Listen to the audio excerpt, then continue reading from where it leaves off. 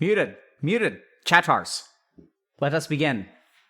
Friends, welcome to another Gamer GG stream. My name is Alok Kanogia. I'm a psychiatrist practicing in Boston, but just a reminder that everything we talk about on stream today is intended for education only, and nothing is intended to be taken as medical advice. So if you guys have a physical health or mental health concern, please go see a licensed professional. So how y'all doing today? Sorry for the late delay. We were juggling a couple of things. Just wanted to, so let's actually dive right in. We don't have a whole lot in terms of announcements. So let's go ahead and I think today what we're going to do, I think people are really appreciating some of these user scenarios, the community scenarios that we talk about. People can post them in Discord. And so, we've got a ton of them on there and they seem to be really, really good and really, really applicable. So we're trying to balance, in-depth stuff with one person versus trying to address a lot of more common issues. Today, we're going to be covering scenarios that are kind of relevant to two of the new coaching initiatives we have. I don't know if you guys, we got an interesting shout out from a pro player recently from our coaching program. Which is cool. But so today what we're going to do is talk about scenarios from two different camps. So one is we're piloting a new group called the High Potential Group. So sometimes when we talk on Twitch, we sort of assume that people are like struggling and like they're kind of in the neat category in terms of, struggling to find a job or dropping out of college or things like that. I sort of think about my own 21-year-old, 22-year-old self and just how much I was on the struggle bus. But the truth is that, here in HG, we have a lot of people who are very, very capable and doing well in life and things like that. And a lot of what we want to do, the day job that I actually have has more to do with like optimizing high performance. So I work with a lot of people who Yeah, I already saw this, but okay. Um, I yeah, so in my day job, I tend to work with people and try to help them like figure out how to be their best selves and how to be like efficient and productive and all that kind of stuff. So we can react to this real quick. Hold on. Let us go down the rabbit hole. Okay. So let's just watch this real quick. So it's interesting. Lately, what's actually been helping my mental game a lot lately was actually consulting the Healthy Gamer coaching program. Ooh. Hell yeah, big shout out. Like consulting my coach and like helping me out in like other things in life, and that indirectly also helped a lot with my mentality in performing well. Like that has been like a recent huge steps towards like my mentality in general is Yeah. talking it through with a Healthy Gamer coach with Dr. K's wisdom and Right. That's super structure. sick to hear. Well, super big congratulations. That was a really impressive win, showing you're super deserving of that spot. I think a lot of people were like, oh, this is the tough draw, and then you kind of rose up to the I occasion. didn't think of it that way. I was like, Well, you can't. Pluff is like probably the hardest draw possible I could get, Yeah. but like I could win. Like, Yeah. because again, there's no point in like overthinking it. Like, I just need to focus on what's in front of me right now. Right. So, but regardless, a very good win. We do have to get to the next match here, but super sick to watch, and that means we're going to get to see you next week too. So congratulations, and it Good looks luck like to the rest of the competitors. Lately,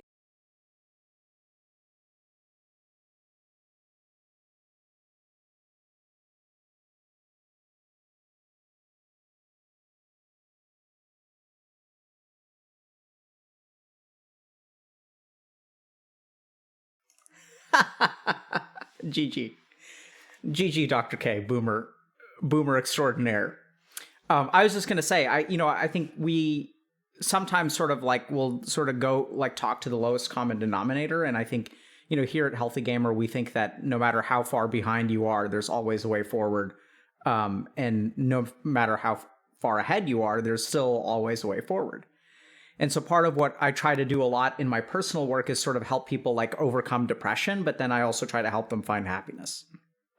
And the journey is just, it for some people, they start struggling, or they start from a place where they're not really doing very well. They're on the struggle bus a little bit, and we try to help them. And then for people who start to get their lives together, we try to help them too. And sorry that, I know there's some sound problems there, but I think that, we try to help professional players and stuff like that. We try to help a lot of people who are doing really well. And so today what we're going to do is share a couple of scenarios from I think people from our high potential group, or maybe sort of scenarios that we see a lot in the high potential group. So the high potential or hypo group is a group of people that do sort of have some of their stuff together. They tend to be a little bit more productive, maybe are college students and quite ambitious. And so a lot of what we try to help them do is understand themselves a little bit better, so that they can really optimize their performance. Sometimes when we do consulting with corporations and stuff, like that's the kind of thing that we do. So yeah, let's kind of dive in, chatars. Okay.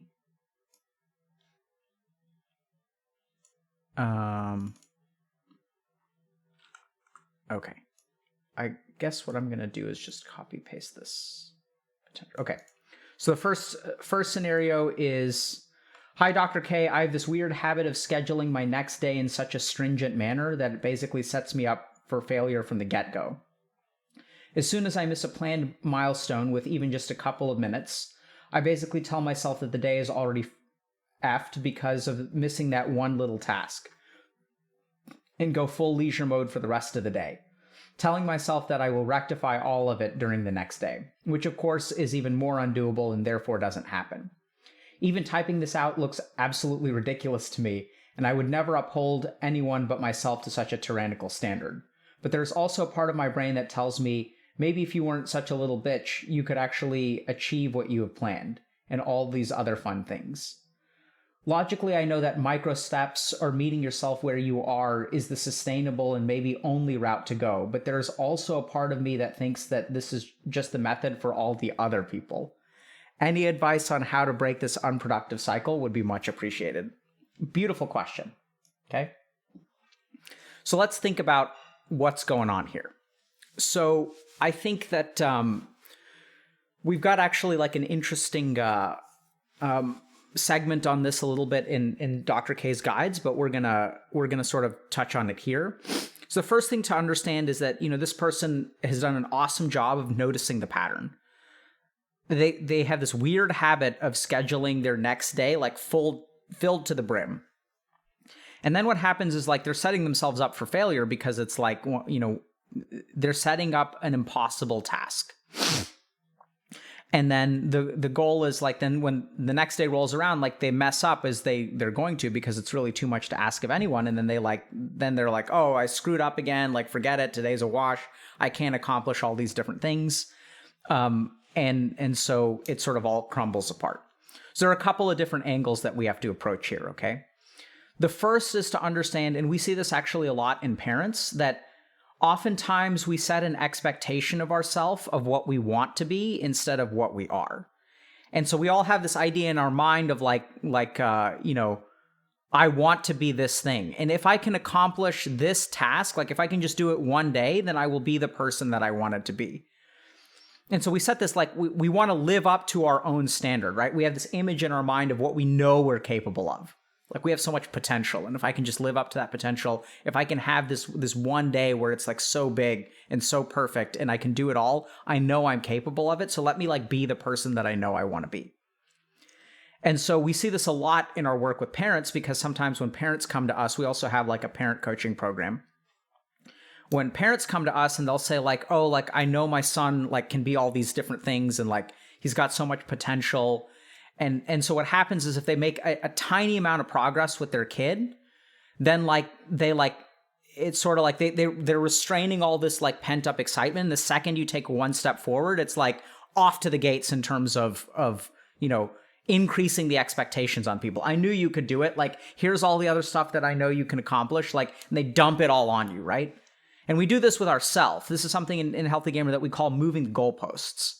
And it's this really tricky thing where like once you like have one good day, then like the next day you're like, okay, I did it yesterday, I can do it again today.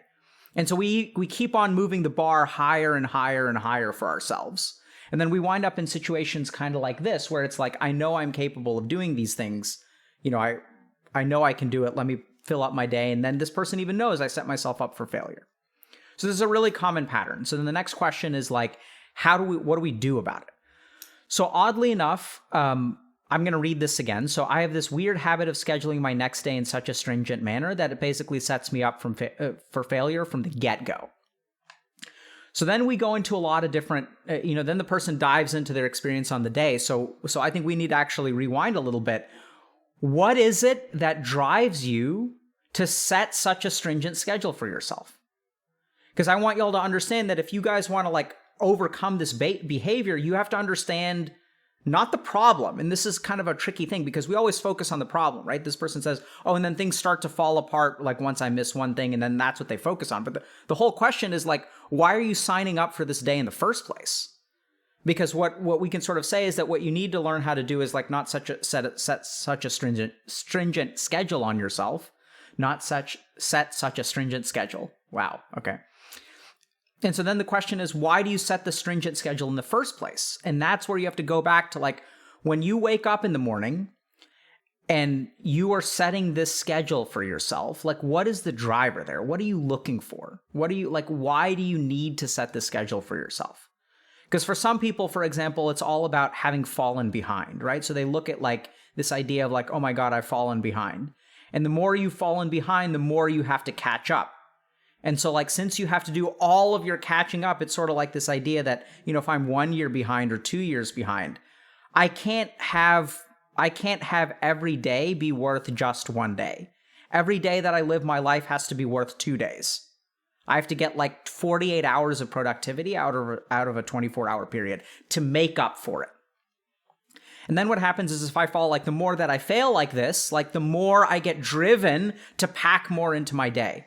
Because with this person, they say, is already screwed because of missing that one little task and go full leisure mode for the rest of the day, telling myself that I will rectify all of it during the next day.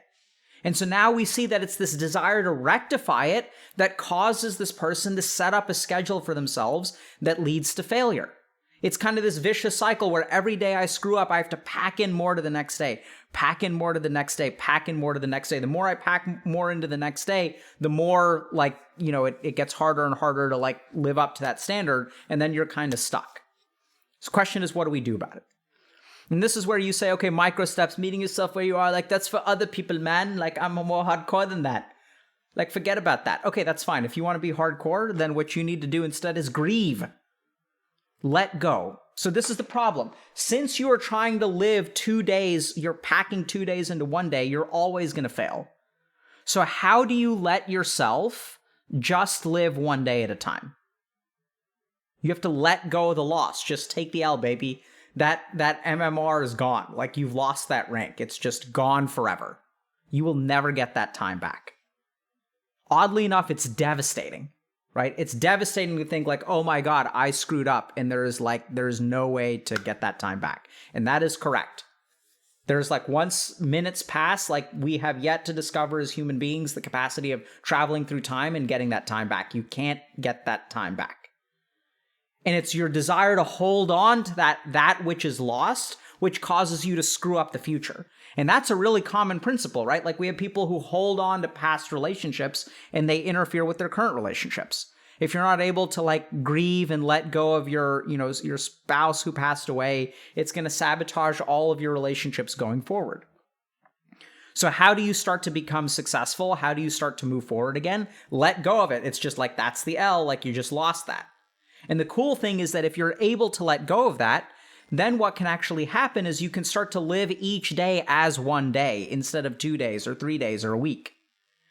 And as you start to live each day like as its own day, I don't need to make up for anything that happened in the past. Like, what can I actually accomplish today? Then you can actually start to move forward.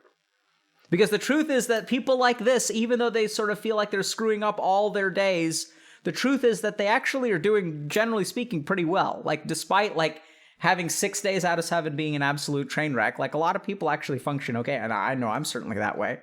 I woke up this morning and really wasn't feeling it, so I ended up starting stream late because, I was a degenerate in the morning and installed Persona 5. So, you take the L's and you show up when you can and you do the best that you can. And so this is where you got to be a little bit careful, right? So like, just start to really focus on, why you're scheduling such a stringent day in the first place. And as you dig into that, you'll find emotions, you'll find some scars, you'll find different things. And the more you get control over those, the more you can set yourself up to schedule a reasonable day. And then something really cool happens is that's a vicious cycle too, where you set up a reasonable day, you check everything off on your box, and you feel good at night. Then you go to bed the next day, and then you wake up the next morning. And this is where, hopefully people in our coaching program are like good at sort of helping people with this. Because if you get everything done on your to-do list today, what happens to your to-do list tomorrow? Right? It doubles. Don't do that. Don't do that. So set gets bigger. Oh yeah, because you get so ambitious. So don't move the goalposts on yourself. So this is where hopefully like, our coaches are helping people with this kind of thing. We've seen it a lot where like, they'll help you understand, why do you schedule that way in the first place? And then once you succeed in checking all the things off your to-do list and you want to pump the gas, like hopefully your coach holds you back a little bit and is like, slow down. Let's see if you can do it again. Right? Don't overpromise. Okay? Do you keep it the same size then?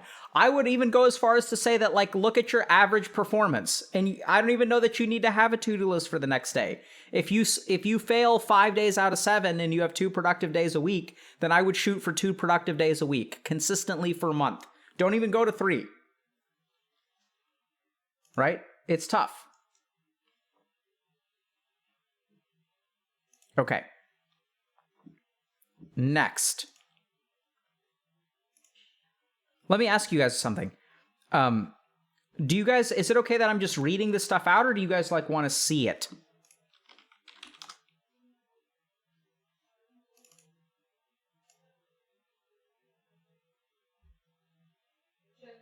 Okay. All right, so we're going to try to keep things anonymized. Oh, God. Okay. Let's do this. Okay, let's take a look at the next one. All right. Oh, my God, leaked. Okay. So let's read this.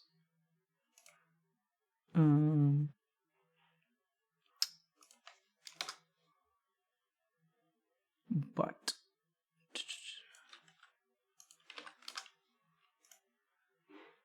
okay, I think this is a paragraph, and then this is a paragraph. This is what happens when we copy pasta. Okay. All right. Can you guys read this okay, or is this view one page? Okay. Does this look okay? Zoom? Let's zoom. Okay. Hi, Dr. K. I'm a university student and I'm doing well. Good for you. I wrote an academic textbook. Wow. Published scientific papers, presented in symposiums, doing well in my studies, etc. But I recently got into an MBA and started focusing on other things that are more into the MBA studies and stuff, and I don't think I enjoy this. I have some amazing mentors in my department as well. They know me well and they have helped me much. I'm always doing my best to make them proud, and not just them, of course, my family as well. I do my best and work hard, and that pride they have for me brings me happiness, I'd say. By the way, none of them is strict or anything like that. They're all super chill. Thanks for including that detail. Right? Someone's been paying attention to how we would interpret that earlier sentence. So see, this is fantastic. Like, so they're starting to understand, like, oh, maybe that, maybe your parents are hard on you.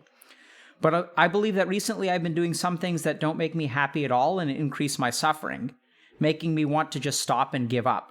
One of these things is the MBA, which I dislike greatly. Instead, I'd like to do other stuff with the knowledge that I have, like start something online to help people and add value to them. I'm just doing all these things to make people proud, try to show them that I like this, do my best for them, but not for me. I'm not sure if this is the main problem, if there's something behind that, or how I should think this through. And of course, I don't feel like talking to my mentors about this. I just don't want them to think that I'm not good enough for their mentoring. Not that they're such people, I just feel like that.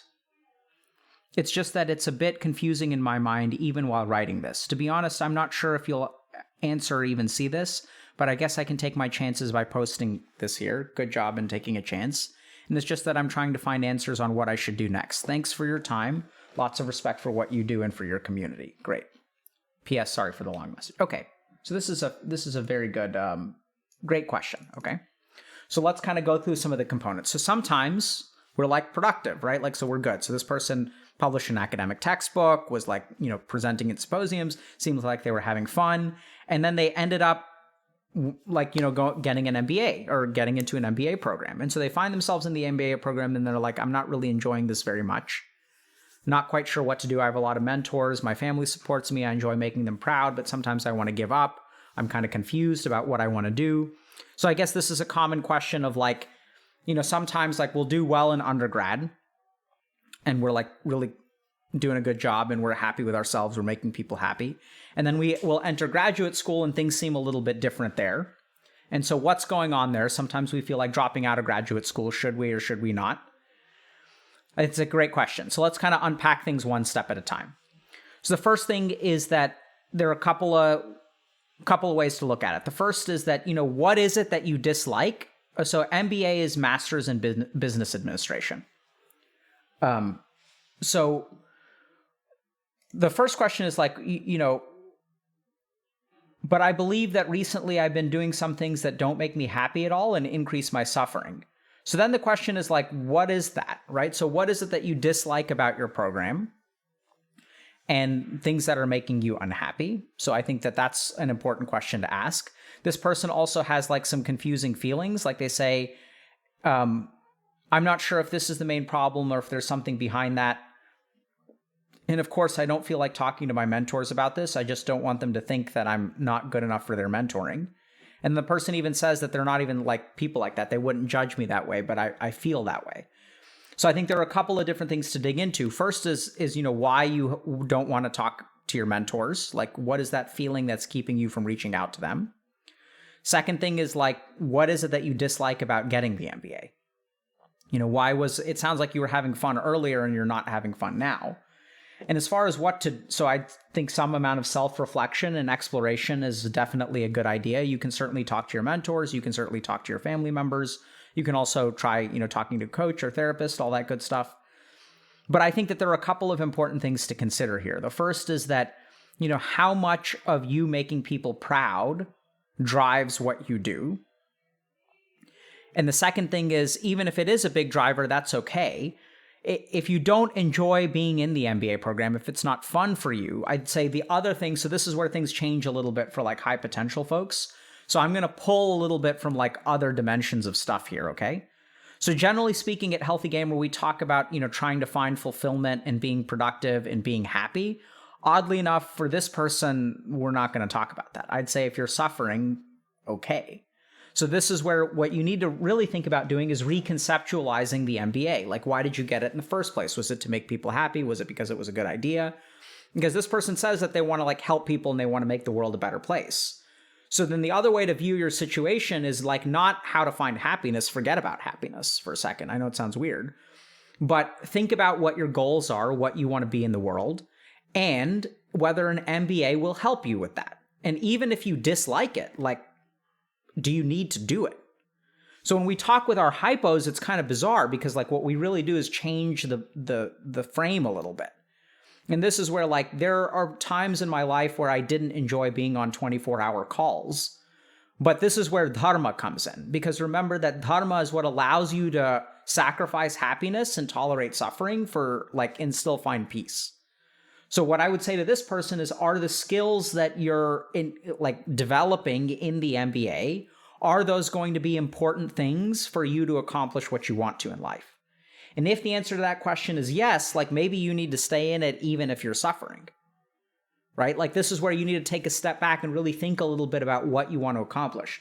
Do you want to drop out and just like start to help random people? Like you can try to do that. I mean, it's not, that's one option. But it sounds like you've done a lot of like academic work and you're trying to expand, your skill set, and you may not enjoy it. So it's not so much about enjoyment. For a lot of hypos, it's not about enjoyment. It's about worth, value. Is it worth it for you to spend, generally speaking, MBA programs are 2 years? Is it worth it for you to suffer for 2 years, be in this scenario, for the sake of acquiring particular skills to equip you for the next phase down the road? That's what I'd really encourage this person to do, right? So understand a little bit about why you got the MBA in the first place. Understand a little bit about what you dislike about it. Understand why you're reluctant to talk to your mentors. I'd say definitely overcome that and also talk to your mentors.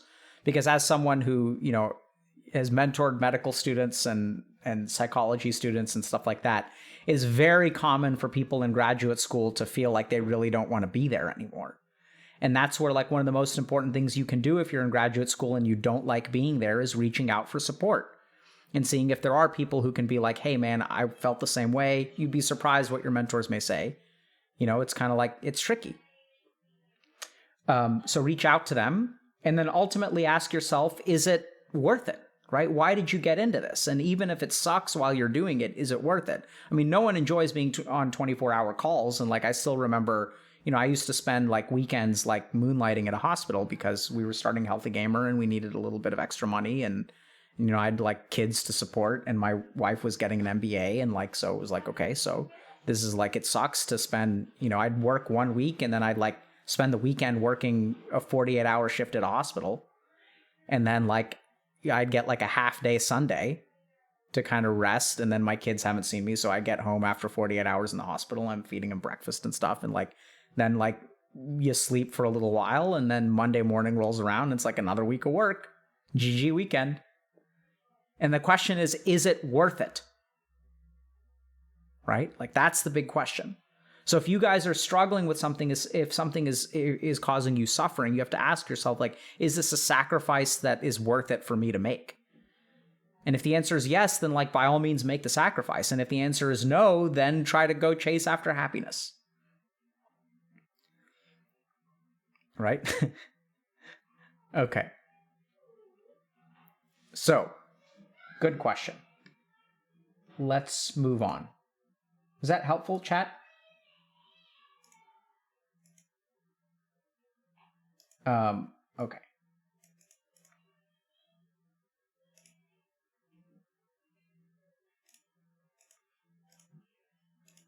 Oh, hold on. What is this? Okay. Thanks, dude. Okay, let's try to do this. Can you guys see this? Can y'all read that or no?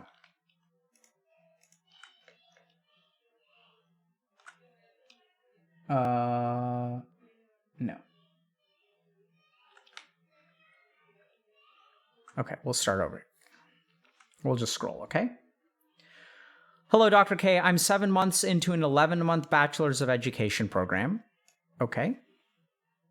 I'm in my second practicum and have been contemplating just fucking quitting and trying to full-time stream. The past 8 days, I've had a headache in the back right side of my head, which has made me want to just give up on everything I've worked for so far. I've reached a point where I just don't give a single flying F. I want out, and that's it. I've got 4 months left. How do I give a F and continue to lesson plan? Every time I sit down to do work, I just say, screw it, screw it, screw it. I can't say it enough. I don't give a F and F. Fail me, throw away 12K. End this misery of having to teach and make lessons plans. Cheers to beers. God bless Canada. Yeet. I'm finna quit. What advice do you have? I'm going to try and make it through this week. But that's as far as I plan to go. I've talked to my university supervisors and they've inspired me during conversation. But anytime I get back to work, FFF is all that comes out. Okay. So, this is where, chat has figured this out. This person needs a place to vent. So, okay, we're going to talk about something that I call, okay, this is going to sound memeish, but we're going to talk about something that I call the emotional trash can. Okay, very common. Okay, we're going to give you guys a quick lesson in burnout, chat. We're going to talk about burnout, okay?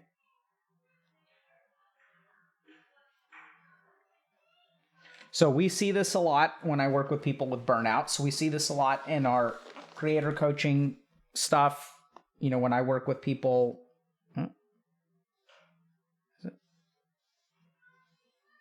Does this work? There we go. No. Okay. Let's try one more time. See if I can get this to stream. Stop mirroring. Start. Work. Work. Otherwise, I will have to use Windows Paint, chatars.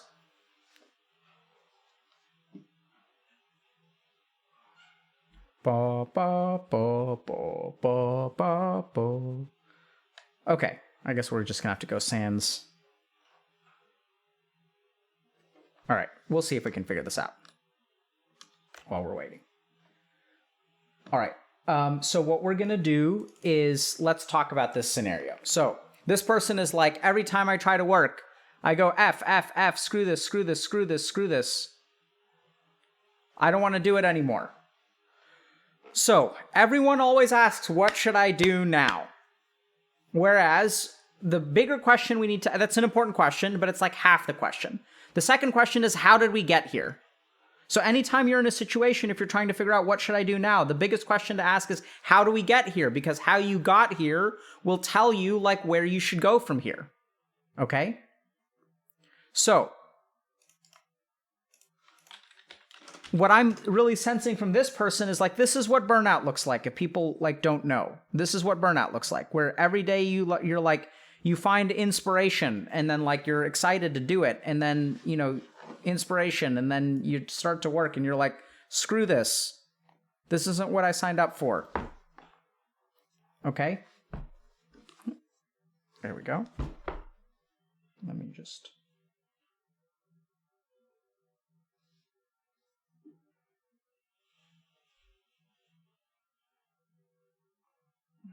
nope. New. Okay. So let's talk about the emotional trash can. I know it sounds weird. Okay. So let's talk about the emotional trash can. This is our emotional trash can. All right, chat? And then it's kind of weird. So like this is what happens. Like a day goes on and we have a negative emotion and we dump it in the trash can. Okay? Another day goes by, we dump more stuff in the trash can. We keep on dumping stuff in our emotional trash can. And then what happens is our trash can starts to fill up. And then there you are throwing emotions in the emotional trash can all the time. And then we reach the top. And then you try to take an emotion and it bounces out. This is when you say F it. And then every day goes by, you try to do a tiny amount of work and it bounces out and it bounces out. And then you get really confused because you're like, hey, this is what I've been doing this whole time. Like, I've been doing this for months. This person has been doing this for 7 months and it hasn't caused a problem. And now, F it. There. Better, chat? And so the question is like, why am I, like, what should I do now? And so this is where, sometimes when I work with people who are burnt out, and they ask, what do I do about this now? This isn't the problem. This is the problem. Okay? It's about not supporting yourself during like the times where you've like built up bad habits. So what happens is for months and months and months, we'll dig deep, we'll work extra hard, we'll give it our everything, and we won't sort of take care of ourselves. We won't realize what we're doing, and we fill up our emotional trash can. And once it gets filled up, every piece of trash that you try to throw in, it bounces right out. And then you're like, F it again, F it again. You get a little bit of inspiration, right? So this person said, oh, I like went and I talked to my professors and they inspire me for a minute. Sweet. That's 1 hot minute. Actually, it's not even erasing it. This is where you push it down. You guys know this? Like when you go and you talk to your professor, you're not actually doing any emotional processing, right? You're not actually emptying out your trash can. You're taking both of your hands and you're squashing the trash down there. You're not actually processing anything. You get this temporary burst of inspiration, but you haven't quite fixed the problem. So you work for like a day. And then you know what happens with that trash is it's like it like starts to expand again.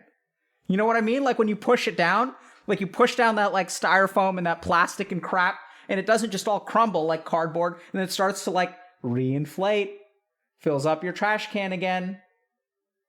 That's what happens. So what this person needs to learn is like this part over here.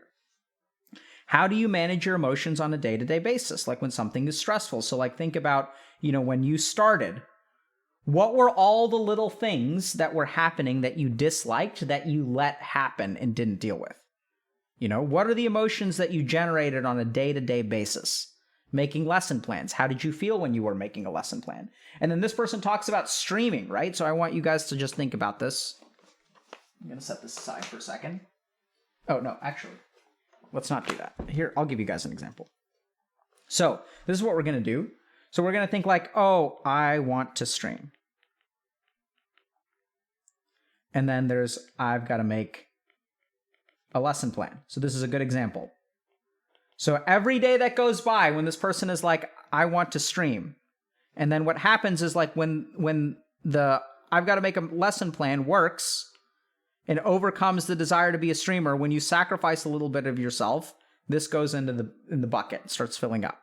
So every day that goes by where they're like making these lesson plans that they don't want to do, like they're not living their true life, they're not letting themselves be happy, it's filling up the trash can. Now, this is oddly enough okay. It's okay to like, decide that, okay, I'm going to go ahead and get a profession and I'm going to get like an education degree, whatever. I'm going to get an MBA. But make sure that you manage your emotions along the way. So make sure that you acknowledge the sacrifice that you're making every single day. And the issue isn't like that you should just automatically suppress it. The issue is that every day that goes by, you should wake up and you should acknowledge that like, okay, I've got to make the sacrifice because like, this is something that is actually more important to me. And that for 1 year of my life, I'm going to have to put my streaming career on hold while I learn how to make a lesson plan.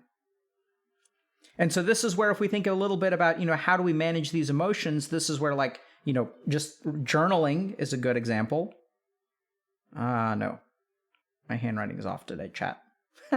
Not to say that it's ever on, but... And this is where, like, you know, coaching, therapy, like meditating. There are all these different ways that you can process emotions. Talking with your friend, right? Like commiserating with people, getting people's help, etc. These are all things that you can do. But essentially, when this person, you know, if we go back to like, what is this person saying? Okay, let's go back to this. You know, I'm in my second practicum. I've been contemplating just quitting and trying to full-time stream. And that the problem is that, like, this is not going to work, because even if you full-time, I mean, it may work. Sometimes it works for people, but generally speaking, I'm not optimistic, because the problem is that even if you start trying to stream full-time, what's going to happen is that unless you have the emotional processing stuff of dealing with the BS, then what's going to happen is you're going to stream for like 6 months, and then you're going to wake up and you're going to say, F it. Because all along the way, you were filling up your emotional trash can, because streaming is definitely going to not be emotionally easy. And then you're like, screw that. And then this happens 3 or 4 times, and then you start to develop this idea, I'm a quitter. What's wrong with me? And then you start to live in regret. Oh, I should have stayed in my educational bachelor's program. It was so stupid for me to try to stream. Oh no, like fail me, right? It's tough, buddy. So this is where, you know, I know it sounds weird, but I'm not going to tell you to not quit your educational program. If that's really what you want to do, that's fine. But I'd say that don't quit out of like exasperation.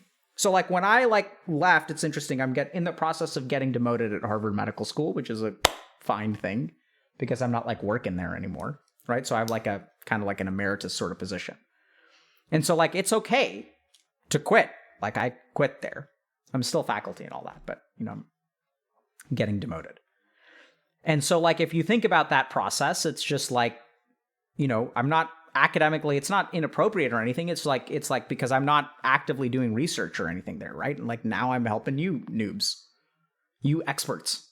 So I'm not like grinding over there. So they're like, oh, there's like a different position for you, which is like, you know, someone who's not like maining HMS, which is completely appropriate. But when you walk away from something, walk away from something like for a good reason. Right? Like walk away because of the right reason, like not because of the wrong reason. Like don't walk away out of exasperation, which you can still do, but don't let it be out of exasperation. Like if you're leaving a relationship out of exasperation, I still would caution you to not leave it out of exasperation. Leave it because you deserve something better. Leave it because you want something better.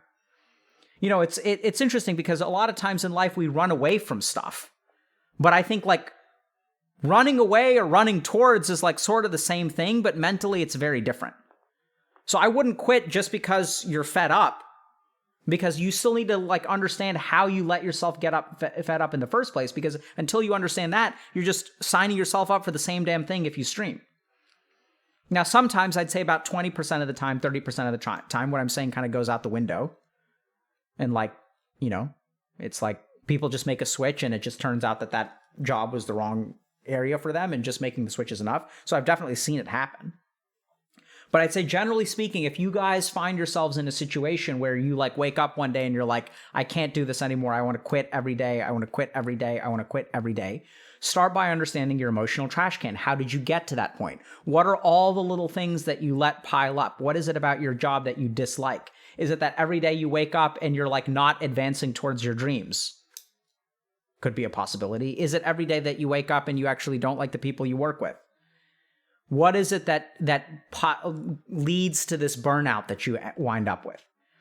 And then start processing those emotions. You got to go back and like do some spring cleaning, like clean out the trash can. And then going forward, you have to start managing your emotions on a day-to-day basis. Don't let that kind of trash can fill up. And then the last thing is that if you want to make a change, by all means, go for it. But like, I strongly encourage y'all to move towards something instead of moving away from something. And both of them can involve like quitting a particular educational program. It's just understand what you're giving it up for. I want you guys to start making sacrifices instead of like taking losses, right? Give things up. It's fine for you to like suffer and like not enjoy your education, but make it a sacrifice. Completely changes your mindset. Make it something that you give up. Even if you stay in a relationship that feels toxic and you're like, you know what, I'm going to try to stick with this because I believe that this person can grow. And even though everyone calls me stupid, I'm going to give it 1 year and I'm going to give this person an opportunity to grow. It's a sacrifice I'm willing to make. Completely transforms your attitude and your mindset.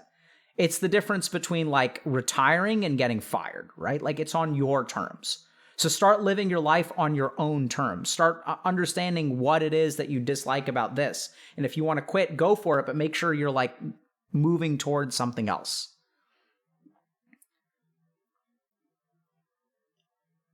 Can you give up to cut losses?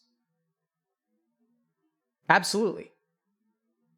That's a big part of giving up, right? Is for you to say, okay, I gave this a shot. It didn't work out. It's not worth my time anymore. It's not about quitting or not quitting. It's like this sacrifice is no longer worth it. So that it's a completely different mentality. And this is the problem, is that like nowadays we're so much into control and optimization that we've forgotten the value of sacrifice and surrender. It's like surrendering is like a bad thing, where it's sort of like, it's not really the case. Surrendering is incredibly liberating. When you start to surrender and you tell someone like, you know what, this is what I'm going to do. And it may not, it's your choice. You surrender the control of the relationship to them. You can say like, this is who I'm going to be. You can choose to meet me halfway or not. Because that's not how we usually engage in relationships. We're usually manipulative mofos and we try to corner people into doing what we want them to do.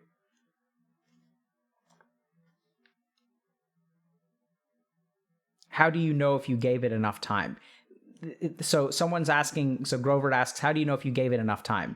There isn't giving it enough. That implies some kind of objective standard, right? So like, it's not, there's no giving it enough time. That's a decision you have to make for yourself. It's not about enough. There's never enough. It's just, this is the amount of time I'm willing to give it. And then you can acknowledge to yourself, okay, maybe this wasn't enough time. I will never know. So you surrender that idea of like, I will never know if it was enough. I will never know if it was the right move or the wrong move, but this is the move I'm going to make. Take control of your life, oddly enough, by surrendering some of that crap. You're never going to know. You just have to sometimes roll the dice, right? You got to like, you don't know if there's going to be a Smurf in the other game, but you can't stop it from queuing you. They got to queue. There's a Smurf, there's a Smurf. You got to live your life.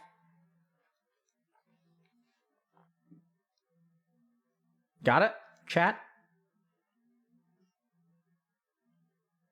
Okay. All right, so moving on.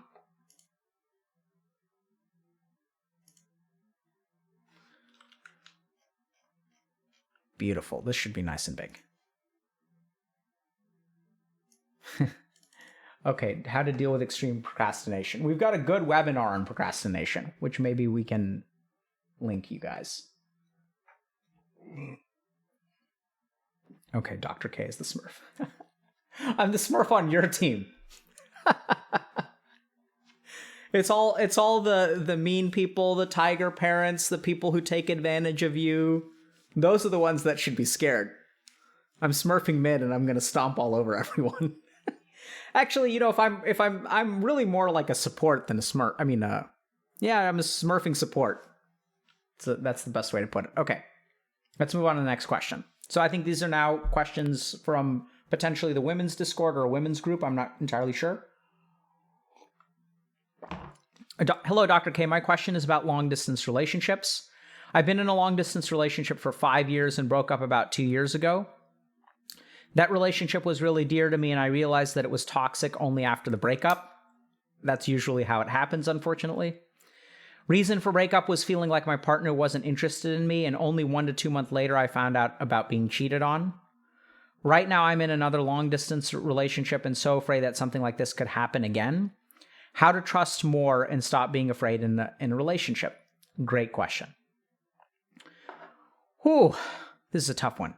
Let me think for a second. So, my first question for this person is like, how do you find yourself in a long distance relationship again? Because I think there's something, sometimes we play the game of life in a particular way that we kind of handicap ourselves.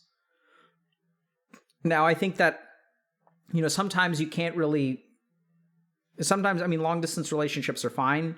I was in a long distance relationship that was, challenging and difficult, but also like the right move for me at the time. So it's something I've experienced personally.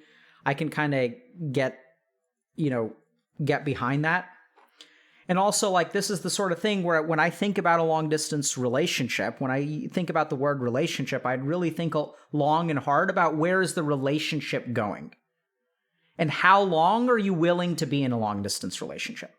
So what oftentimes happens in long distance relationships is people are going like month to month in a long distance relationship. And usually the people who go month to month in a long distance relationship are the ones that don't end up doing well. And what do I mean by month to month? So this person says they were in a long distance relationship for 5 years, okay? So like, what was the plan during those 5 years about whether the relationship was going to remain long distance or it was going to get advanced towards something? Because the long distance relationships that work, in my experience, and that's just not my relationship, as a psychiatrist at school, I get to see the inside of a lot of different relationships. The long distance relationships that work are the ones that both partners make it a priority to no longer be in a long distance relationship. And they develop a plan. Okay? So like, I'll give you guys an example. Like, so, let me fix this real quick. Nope. Oh my God. It's so much worse. What's happening with this thing? There we go. Saved. So here's the thing about a long distance relationship. If you're in a long distance relationship, what's the plan to end it? When does it end? And how hard are people working towards that end? So like, it's very hard. I want you guys to understand that long distance relationships are really hard to manage. And there's some like very biological reasons for that, right? So like there's like oxytocin release, which is what creates like emotional bonding between two people, happens with physical contact. So it's the reason that you like love your children, because you like cuddle them and they cuddle you. And like whenever you're cuddling with your kids, like oxytocin is getting dumped into your brain and it's like, oh, like I love this child. And the child is like, oh, I love my parent. And then also like when you think about, cuddling after sexual intercourse and things like that, like that's where emotional bonding forms. And really fascinating. I've worked with some people who are sex workers, and it's really fascinating to see how they, form relationships and stuff. But I think in terms of this person, I'd really think long and hard about, why you're in this relationship long distance to begin with, and what the plan is to end it. Because the long distance relationships that work are the ones where people are like willing to put the relationship kind of pretty high up on the priority list and try to no longer have it be long distance. Unfortunately, sometimes if they started out long distance and you guys move in together and stuff like that, that can fall apart for other reasons. But I'd say the most important thing is to try to get out of the long distance relationship. Now, that doesn't mean you have to break up with the person. It means moving towards potentially being closer together, seeing each other on a day-to-day basis. And so that's really, I think, going to be a huge part of it. Now, the second piece is, I would look into why you're getting into two long-distance relationships in the first place. A lot of times the reason that, especially in our community, people wind up in long-distance relationships is that they tend to be online relationships. Sometimes those can end very well. We've certainly seen it happen. But at the same time, I would think long and hard about like what makes it difficult for you to like find relationships in your locale. And so if there is some amount of social anxiety and stuff like that, like understand that you're kind of playing like with some kind of limiter on, right? So it's almost like you're playing, Hades with like high level of heat. You're playing the game in sort of a handicapped way. And so this is where I'd think a lot about, what are the reasons that it's difficult for you to engage in a relationship in person. And then the third thing to think about, which is actually this person's question, is how do I trust more and stop being afraid in a relationship? So it's tricky, but I think usually there's an emotional consequence for these kinds of things. This is what we call a samskar. So there's like a ball of undigested trauma after this relationship, which needs to be processed. Depending on how bad it is, feels to me like it's really more therapy kind of material here, potentially. when I think about toxic relationships and overcoming them, I really think that therapists tend to be better trained than our coaches for this kind of stuff. But in terms of digesting some scars and like understanding, why you enter long distance relationships and stuff like that, coaching is completely appropriate there. And so just to kind of summarize, I think the first question is to really think a little bit about, where is this relationship going? And that you should view a long distance relationship as a temporary thing. The problem is that some people view long distance relationships as a bridge to nowhere. It's like, yeah, we're going to take it month at a time, and then 5 years go by. And like, what's getting in the way of you guys like actually building a life together? And then second thing to think a little bit about is, what are the things that are predisposing you to engaging in long distance relationships? Is there something there to be worked on? And then third thing to think about is, there is some amount of emotional digestion that needs to happen. And how do you go about doing that? Generally speaking, you want to talk to someone about it, right? Like, what were the signs? You want to talk through things like, what were the signs that the relationship was toxic? What was it that kept you from seeing the toxic signs of the relationship? What did it feel like to have these feelings that this person wasn't interested in you and then found out that they were cheating on you afterward? To like process all those moments where like, some part of your brain knew something was up. And so sometimes we can even do things like feel guilty or beat ourselves up for like not realizing sooner and all these kinds of things. It's really tricky to say, but this is the sort of thing where there's going to be all kinds of emotions tangled up in there, as well as like this idea of sunk cost, right? Because you spent 5 years in a relationship with someone and like, it's gotta hurt to like, have this person cheat on you and like, basically lose 5 years of your life is terrifying. And so dealing with those kinds of thoughts and feelings is going to be very, very important to start being able to trust and stop being afraid. When you have all those negative emotions in your trash can that has filled up, you got to deal with them. Okay? All right.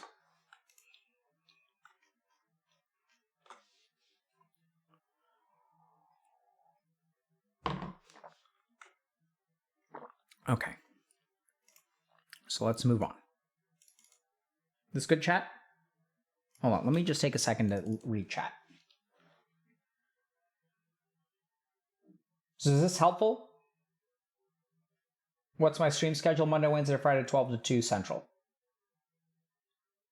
Happy Ramadan Mubarak as well to everyone who celebrates it.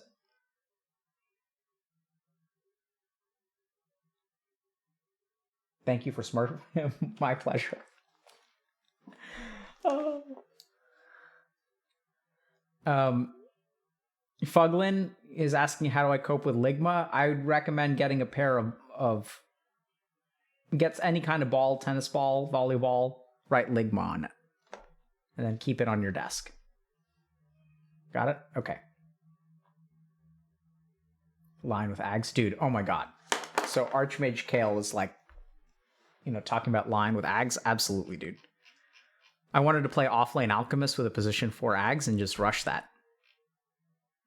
It'd be so hype. Like 7-minute, 8-minute, 10-minute Ags on your position 4 Lion. They rush Blink Dagger and they've got like Blink Ags at like 15 minutes. GG. Okay. All right, let's... what do you do if you find out later you're the toxic? Oh, this is a great question. FUCK says, what do you do if you find out later you're the toxic one in a past relationship? Good question. So, all of us has a little bit of toxicity within us, okay? And what we want to do is just like understand where that comes from. Like understand, like what made you toxic? Like what are the thoughts and feelings that you had that like drove you to do that? And you can even think about gaming, right? Like what causes you to rage at your teammates in a MOBA, or like if you're playing Valorant or like whatever, right? Like we've all got that toxic person within us. It's what Carl Jung called the shadow. And so Carl Jung, wanted to use more PC words so that he didn't get canceled. So he didn't say like each one of us has a toxic shitter deep within our soul. But a lot of times, like we have a lot of toxicity, we have a lot of anger, we have a lot of hatred. I think a lot of toxicity comes from hurt. Usually we see this a lot with sort of the incel folks that we support. But I mean, a lot of the incels that I've worked with, what I found is that there's usually like some kind of experience that's emotionally very hurtful. And then it kind of grows out of that.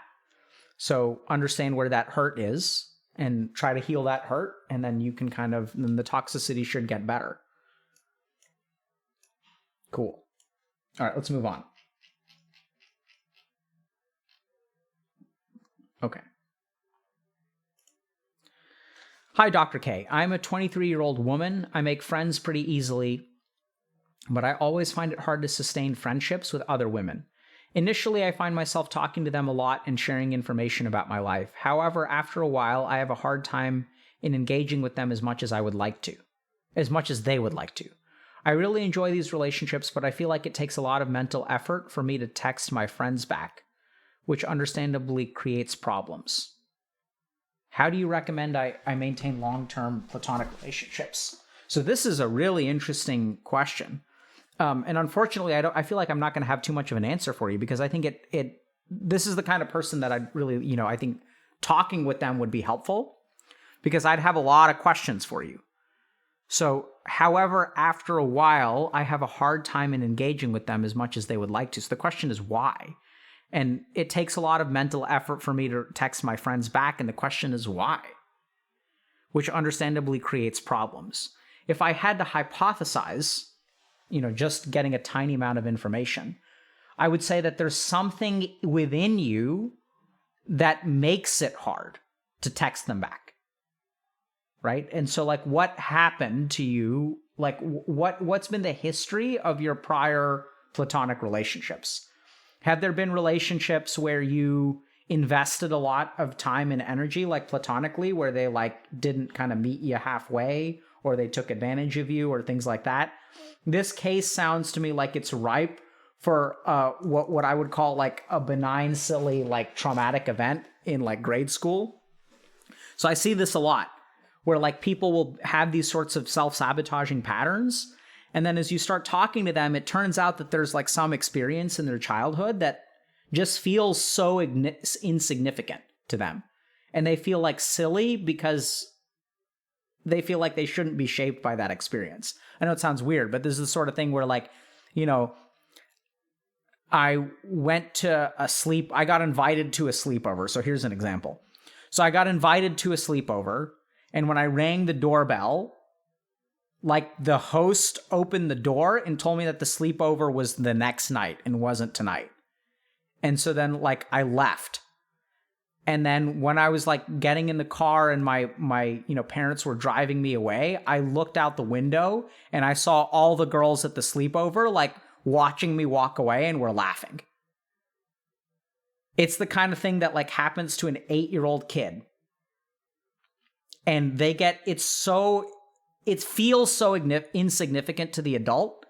And so like when you get the adult like in your room and you're like, yeah, what is the big traumatic event that causes you to self-sabotage your relationships? They feel silly. They're like, I was 8. It wasn't that big of a deal. Like I grew up. I have plenty of friends now. I'm happily married. I have 2 kids. But that kind of stuff haunts you. And sometimes what happens is like we have these things that we feel are so insignificant. We feel like we judge ourselves for being so affected by something that should be so small. But the truth is that in that moment, in that 8 or 9-year-old's mind, it's sort of like it's a devastating experience, right? It's a devastating rejection. And it's something that your brain learns how to like protect you against. And so the brain is sort of like, okay, don't ever put yourself in a situation. Like, I'm not going to show up at any party ever again. The only parties that I'm going to have are the ones that like I throw so that I can never be in that situation again.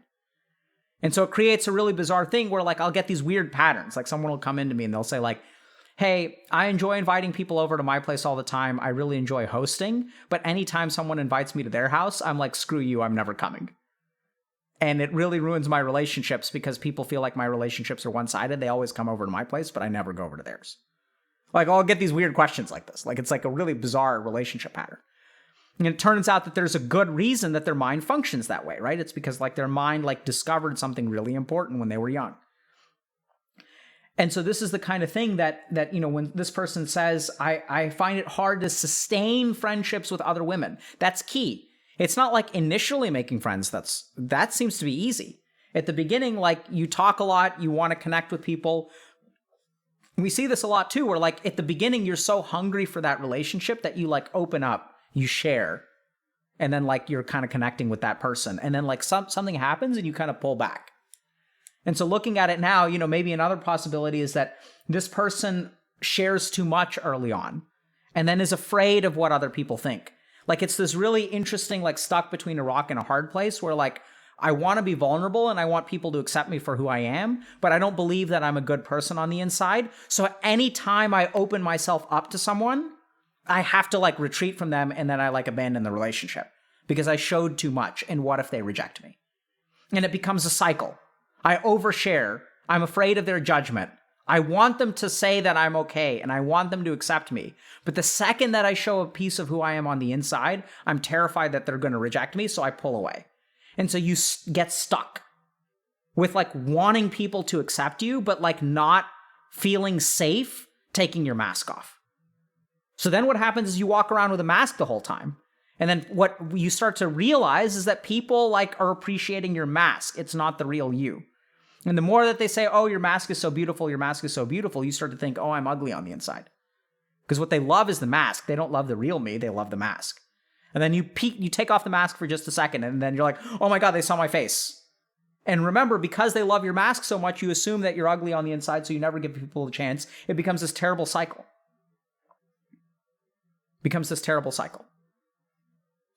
So in this particular case, I'm not quite sure, what's going on here. And for those of you who are, live life with a mask on and discover horribly that people seem to like the mask more than they seem to like the real you, what's the solution? Whew, it's tough. So this is where really like therapy is a good thing. I mean, coaching too, but I would really think about a therapist in this case. Where like, there are people who are trained to like sit with you, whoever you are. And then you get into a second problem, which is it's your job to accept me for who I am. I'm paying you to like me and not judge me because you're my therapist. Right? And then you have to solve that problem. But I think that like, it's tough. It's tough. But I think at the end of the day, you can't be accepted unless you're willing to be rejected. And that's the damnedest thing. There's no way, right? Like confidence doesn't come from stacking the deck in your favor. It comes from like going into the match like not sure that you're going to win. And the problem is that in so many of our social relationships, we stack the deck in our favor and we never give people a chance to really know who we are. And we're so nice to them. We bend over backwards so much. We accommodate so much of their bad behavior because we don't want to be rejected. And then what happens is they start to love this caricature of us. They start to love the sycophantic part of us. The part of us that like will never say anything bad to anyone ever. And then like that's who we start to become. And the more sycophantic we become, the more we attract narcissistic assholes. And the more we surround ourselves with narcissistic assholes, the worse we feel about ourselves. The worse we feel about ourselves, the more convinced we become that if we stand up for ourselves, then people will dislike us and they'll reject us. And so the cycle continues. And that's how good people end up with narcissistic assholes. Sycophantic. That means that you kind of bow over. You're obsequious. Whatever you say, master. Oh, you're so funny. I love it when you make fun of how ugly I am. It entertains everyone so much. Tell me more about how I'm pathetic. Anything to be here and invited next time. Even if I'm abused. That's what sycophantic means. Okay? Chat?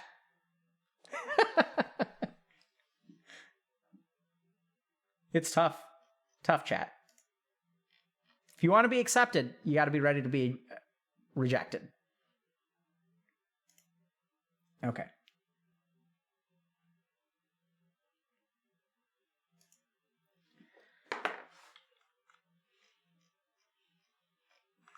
All right, next one. Okay.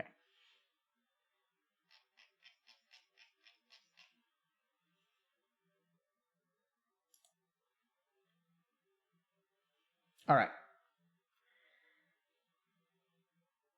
Let's just talk. I want to just interact with chat for a second. So, people are saying it's okay to be rejected. I completely agree. So here's the thing that I want y'all to really appreciate. So we're going to turn to video games because that is the source of all knowledge and wisdom. So if you guys think about a party finder, right? Like there's no like personal, like if I'm like a healer and I queue up and then like, people like there's no space for a healer in someone's party. Like I don't have to take that personally. Right? So what I want to do is be the person that I am and let other people accept or reject me. It's like you don't have to conform who you are to be acceptable to other people. You should just be who you are. And what'll happen the more that you are yourself is that it'll be like a filter for all the people who are mean to you. And when you start to be yourself, you can understand, yeah, I'm going to get rejected. I may get rejected. And it's really terrifying, right? It's not easy. What I'm saying, it requires immense courage. But it's also like, think about what sorts of relationships you want to cultivate in your life. Do you want to cultivate people who accept you for who you are? Or do you want to cultivate relationships that like require you to be something that you're not? And it's easy for me to say, like it's easy. Because at this point, I've gone through that process. I'm kind of at the other end of the tunnel. And like, I'm lucky enough to have people in my life that really love me and accept me. I'm really lucky. I'm blessed. So it's easy for me to say. And I think the hard thing is it's terrifying, right? Because like, what's the alternative? Like, what if I'm wrong? Is like, if you show yourself to people and you don't like be a doormat for them, then like they could reject you. And then you've got a choice between horrible, abject loneliness and like some semblance of a relationship, even if there's some toxicity that comes with it. And I don't fault people for making the choice of like, okay, I'm going to choose, this like pseudo-toxic, pseudo-friendly kind of relationship. I see this a lot when people have like, you guys may have a friend who's like awesome when it's just the two of you, but when like other people show up, they start treating you like crap.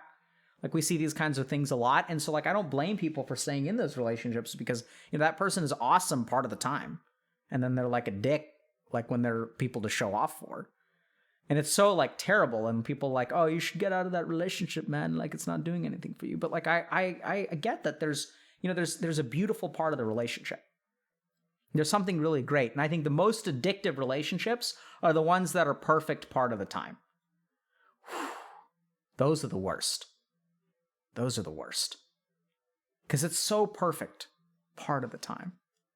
And it can be devastating because it's hard to walk away from like that perfect person who's only perfect part of the time. It's like a random reinforcement schedule. It's like RNG. It's like a loot box. It's like, what is my friend going to be this day? Are they going to be like a legendary piece of loot who treats me awesome and we connect and we're like hanging out for hours? Or is it some, like broken piece of like trash loot that just clogs up my inventory space and it makes me feel weighed down? You never know. And so I don't blame you guys for, if you were in that situation, like have a little bit of self-compassion. You're not dumb for being in it. Understand that everything that you do for a damn good reason. And at the same time, start to think a little bit about, even if you do it for a good reason, is it the kind of thing that you want to continue to do? Where are you going to be a year from now if you continue this? And what's the alternative? It's scary. To go out on a limb, it's scary because this person is at least perfect part of the time. And like, you don't know what you're going to find out there. It's tough. It's really tough. And so hopefully we can support you. Hopefully, you can meditate a little bit, walk in nature, spend some time with animals maybe. And start to cultivate the life that you want to. Start to cultivate the relationships that you deserve. But the only way you're going to deserve them is if you put in the time in the right way, right? It's not going to happen to you automatically. I mean, sometimes it does, but rarely. Can't count on it. Okay. Cult. Really? This is when you guys invoke the cult? All right, next question. Hi, Dr. K. Women often face harassment or stalking. This is true. Trans women especially do it, would seem, with dedicated chasers. Do you have any advice on how to avoid stalkers, chasers specifically, or how to protect mental state if it happens? I don't understand this question. Trans women especially do it, would seem, with dedicated chasers. Are you saying that, does someone know if trans women are the ones doing the harassment or stalking, or that trans women fall victims very often to dedicated people who will like track them around and chase them?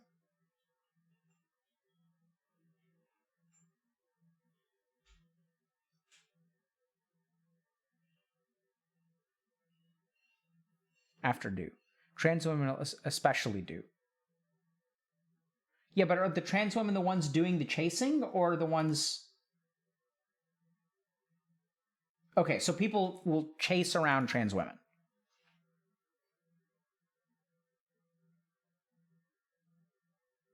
They are being chased. Okay. So, let's calm down with the English and stuff. Like, English does not have to be your first language to post a question. There's no judgment from my end. Honestly, I have no problem with this question at all. It's just, we want to try to understand it, right? And if English isn't your first language, even if English is, and that's just what you're posting, like, it's part of the fun. We'll figure it out, okay? So I don't want anyone to hesitate on posting something because, chat is going to get mad at them for, like, not inserting a comma in the right place. It's part of our job here at Healthy Gamer to figure out whatever the question is. It's a big part of what we do here. So thank you very much for posting this. So let me just take a look at the question a little bit. So, do you have any advice on how to avoid stalkers and chasers specifically, or how to protect your mental state if it happens? Yeah. So this is going to be tough because this is the kind of thing that, like, I can sort of say, like, you should do this, but, like, you guys have to understand that, my life on the internet is very different from y'all's lives, in the sense that I don't have to deal with this crap for the most part. I mean, maybe a little bit now, but generally speaking, you guys have to take everything that I say with a grain of salt, because I am a cisgendered male, and my experience of, like, basic human interactions is going to be different if I was a woman versus a trans woman versus whatever. Right? So like I'm not saying that any experience is superior or inferior to anything else. It's just one thing that I've realized is that depending on, like, your gender and your status and your skin color and your age and all manner of other things, that the kinds of random ass judgments that you face from other people are going to be different depending on who you are. So the first thing that I'm going to say is that I think, like, setting good boundaries is a woefully untaught skill, and maybe something that we're going to start working on. But, like, a big part of what I do is teaching people how to set good boundaries. And especially with, like, stalkers and chasers. Now, I know that, like, sometimes people will straight up, dox you and stuff. Like, sometimes there's not a whole lot you can do about that. But what I find is that for a lot of these people who will, like, chase other people around, especially women, that the women have difficulty setting good boundaries. Now, I'm not faulting them for it. And we've had a couple of really good, streams that you guys can see where we, like, talk to, like, women in gaming and stuff, where, like, the challenge is that, like, sometimes you want to be a nice person. And so I think the biggest reason that we don't set good boundaries is not because of negative emotions. It's usually because of positive emotions. So when I think about, working with for my kids, for example, if we try to restrict screen time, like, the reasons that I don't set a successful boundary with my kids is not because I'm mad at them. It's because I, like, love them and they're so damned cute. So when my kid, like, my older one now has, like, figured out, like, that she's particularly cute in particular kinds of, I don't even know how she's figured it out, but she knows, like, how to manipulate me emotionally. And so what she'll do if she, like, wants to spend more time on the iPad is she'll, like, be very, like, manipulative. So she'll come and she'll be like, Daddy, can I give you a hug? And I'm like, absolutely, of course, why not? Then she'll be like, Daddy, can I give you a kiss? And I'm like, absolutely. And then she'll be like, Daddy? And then I know she's asking for something, and I'm like, what? She's like, can I play on the iPad? And I'm like, oh, you cute thing, of course you can. So, like, people know how to get their emotional needs met through manipulation. Like, it's, like, a human skill that we all have baked into us. And so in terms of setting firm boundaries, I think the biggest problem that I see with that a lot of women make, particularly to make mistakes, and it's not necessarily just women, I've seen a lot of men fall into this problem too, is that because they care about someone, because they want to be nice to someone, because they, want to be like respectful, they like won't set a firm boundary. And sometimes it can be hard, right? Because people like are sometimes very manipulative at like how they set boundaries. It'll be like, I mean, it's really tricky because sometimes people will reach out and they'll be like, oh, like, I'm suicidal. Like, I know you're too busy to listen to me, and I know I'm pathetic, and like, oh, like they'll like kind of throw this pity party, and then you kind of like, oh, no, it's okay. Like, it's okay. I'm sorry I didn't message you at like 4 a.m. I'm sorry I was sleeping. I'll try to do better next time. It's kind of like, it's weird. Like there's a lot of manipulation that goes on emotionally. I also don't necessarily blame the person who's like getting that emotional need met, because a lot of times they don't know what they're doing. But I think a lot of this, if you're dealing with stalkers or chasers, it comes down to like setting very firm boundaries. And we're probably gonna have to teach this a little bit more formally. And this is where I'd be like a little bit careful kind of going on, because I don't want to make the assumption that, I know who you're dealing with, because possibly you're setting very good boundaries and they're just like really persistent, have a chip on their shoulder, whatever, and are like actually stalking you because of some other reason. So I don't want to blame people for not setting firm boundaries, because I may not know what I'm talking about.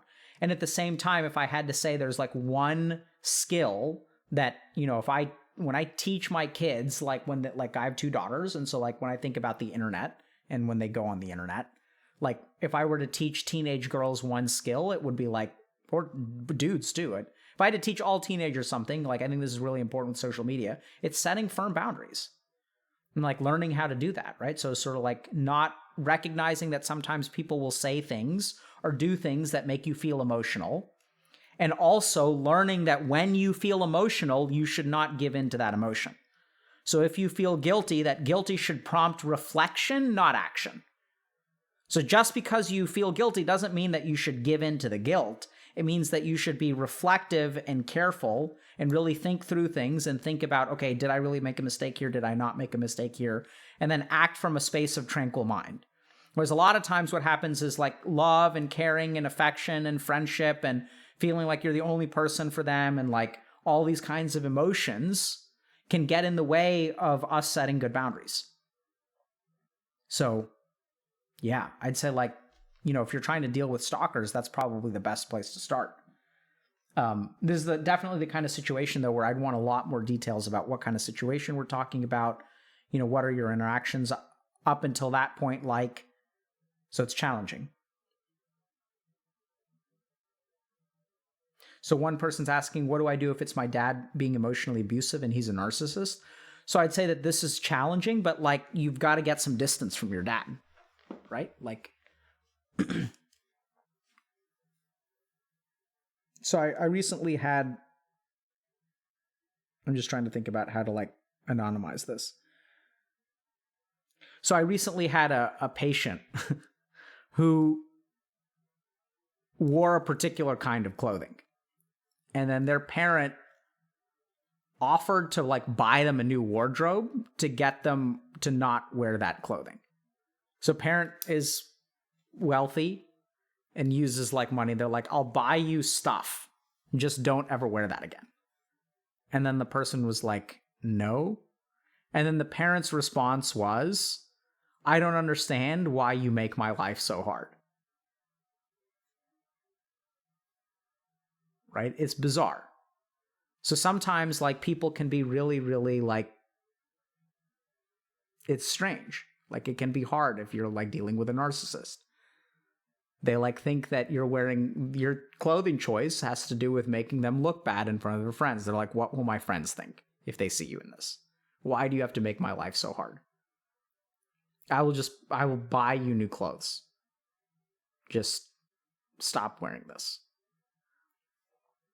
So it's tough. If you guys have parents that are emotionally abusive, it's really challenging. I'd say like, try to get some distance from them. And then you can do like firm behavioral reinforcement kind of things where you can say things like, I don't know what your situation is. I think you have to have some degree of independence. So when dealing with narcissistic parents, here's a step-by-step guide to dealing with narcissistic parents. Number one, become independent. This is really challenging, but it's like really, really important, right? Because if a narcissistic parent has some kind of financial sway over you, it's going to be very hard or probably impossible to escape them. So the first thing that you've got to do is like, get yourself a job, move out of the house, understand that they will try to emotionally manipulate you or financially manipulate you into doing whatever they want you to. That's number one. Second thing is like, if they step out of line in a particular way, don't try to argue, don't try to convince, don't try to justify. Just cut off the interaction for a brief period of time. And so like, let's say you're at a birthday party and your parent is being like, oh, you're wearing that thing again. I don't know why you wear this thing. Then you can tell your parent, you can say, look, I'm here to have a good time. When you comment on like the clothing that I wear, like it really negatively impacts me. Like, I think it's fine that you shared your opinion. If you keep talking about it, I think I'm just going to leave. And they can say, oh my God, you're overreacting, like whatever. And then you can like listen for a little bit. And you can say, yeah, I'd like to move on. If you want to keep on talking about, how much I'm overreacting, that is also something that will make me leave. And then sort of like set a boundary with them and then just leave. And they can say, oh, but you said that like you were going to leave only if I talked about your clothing. I didn't talk about your clothing. You don't justify, don't explain. Just be like, yeah, that's totally fine. I understand that it's confusing for you. Goodbye. And then, you can show up again, like in a couple of weeks. Same thing happens. This happens 2 or 3 times. And like even the narcissistic parent will like take a hint. And they'll start to realize that like, oh, this person is like, my child is like so unreasonable. Okay. That's totally fine. They can think whatever they want to about you, but as long as you sort of use this behavioral lever of just like walking away, you don't want to accuse them of anything. You don't want to attack them in any way. You don't want to do any of that crap. Don't engage with them on that level. Don't talk about how they've hurt you and they're so stupid and your life is a mess because of them. It's not even going to work. It's just going to harden them even more. So you just step away. That's why financial independence in physical space is the first thing that you need. So like you have to be able to step away. And then you can re-engage at a pace that you're willing to. They're going to try to guilt trip you like over and over and over again. And you can say like, yeah, I understand. So what are you, like you can even ask them a little bit about, can you help me understand why you were saying these things to me? Oh, because like you hurt me so much and like you don't care about your mother and things like that. You could say, yeah, I can understand. Okay, thank you for explaining that.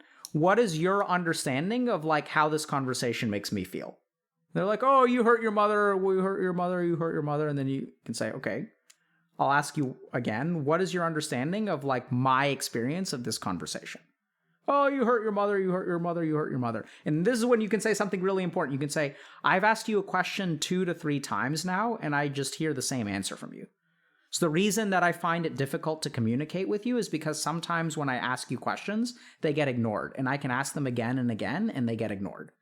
And when I try to interact with you as a human, and I can understand that this is really difficult for you, you've made that plenty clear, but it also feels to me like it's actually impossible to communicate with you. So I'm going to end the conversation now. I'm sorry that you feel hurt. And if you're interested in actually having a conversation, then I'm more than willing to.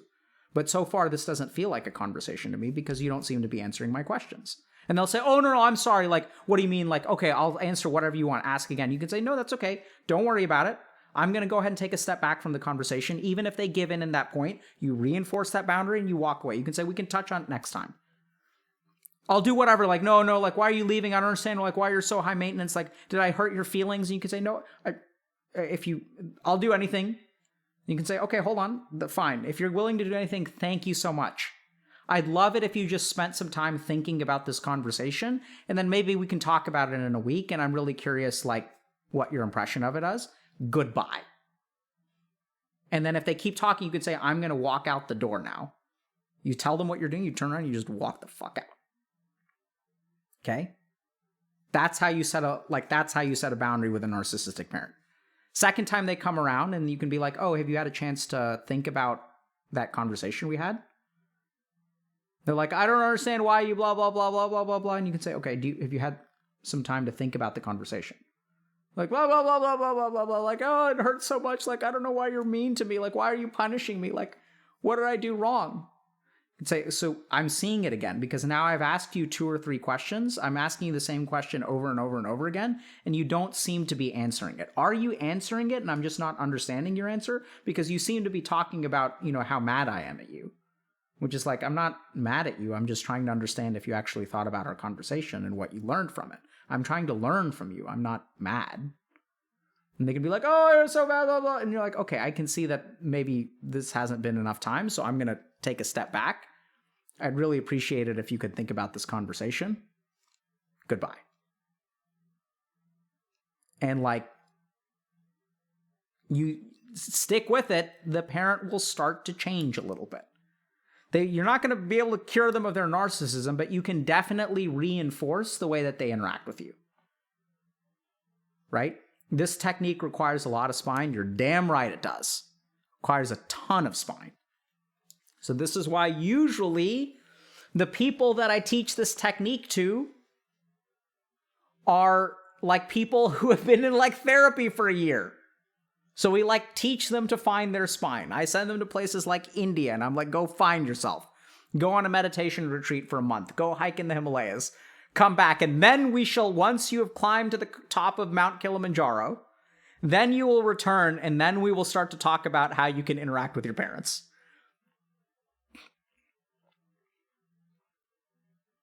Yeah, so El Crow says, my stepdad is exactly like this, but he is violent and aggressive. He'll start yelling in your face when you don't do what they want. Absolutely. That's why this is all predicated on independence.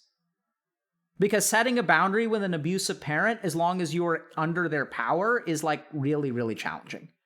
Can it be done? Absolutely. Does it require a lot of guidance? And is it really tricky? Absolutely. It's like doing things on hardcore. Right? So I think the first thing to understand, and if you guys are stuck with abusive parents, especially if you're young, understand that time is on your side. That every year that goes by, hopefully, you're moving one step closer to independence. So if you're like a teenager in high school, you have very little independence. If you go to college, you have a little bit more space. Hopefully you can get a job and then you have a little bit more space. Hopefully you can then move out and you have a little bit more space. If you're 28 and psychologically scarred because you have abusive parents, that's a journey that you need to start now. Don't worry about the parent. Don't worry about the boundary setting. Start by becoming independent in whatever little way that you can. Whether that's spending a little bit of time away from your house, whether that's trying to become financially independent. There are also all these kinds of stories about parents who will try to keep you, who will guilt you into financially supporting them because of their bad decisions. All that stuff requires an immense amount of spine. Don't get me wrong, it is not easy. It may be simple, but it isn't easy. Usually the simple stuff in life is incredibly hard. It's the complex stuff that actually winds up being kind of easy. It's complicated, but it's easy. So it's tough. So why are you so scared of independence? That's a damn good question. Right? So why are human beings scared of independence?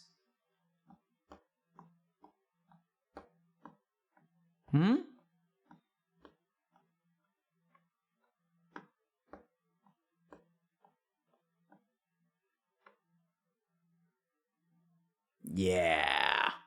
See, so much good stuff. When you're independent, you ain't got no one else to blame, chat. Easy living at home, blaming your parents for being narcissistic assholes. It ain't my fault. I'm psychologically destroyed by these toxic people. It isn't my fault. But if I become independent, dangerous. Accountability, responsibility, uncertainty. Absolutely. Absolutely. So y'all have to decide. Do you want to continue living this life of toxicity? This safety blanket of toxicity from your narcissistic parents? Or are you willing to strike out on your own? I don't judge you either way, honestly, I don't.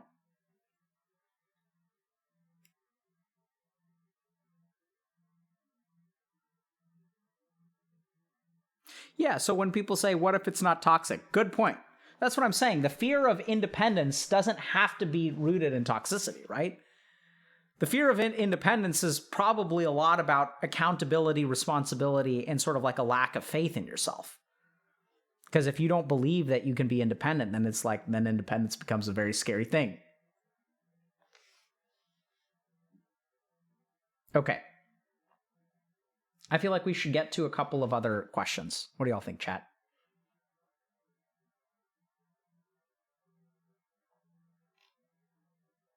I love you too, Kaiser Draws. How do I find legendary spine loot? Okay. That's such a great question. So here's the thing. There is no legendary spine loot. Okay. Everyone on the outside. So I want you guys to think about this. So like someone's like, how do I find a legendary spine that I can be like, yeah, like look at that person. Like he's so confident in himself. And the truth is like, you don't find that spine loot, right? Like you don't find the spine. You don't like get a really strong spine. Like people who look like they have a strong spine on the outside are actually like really on the struggle bus on the inside. And that's just how it is. You're not going to one day have a strong spine. And that's part of the trap is you think to yourself like, oh, if I build up enough confidence, then life will become easy for me. It's sort of this like we get stuck by this idea of like once this happens, then I'm set.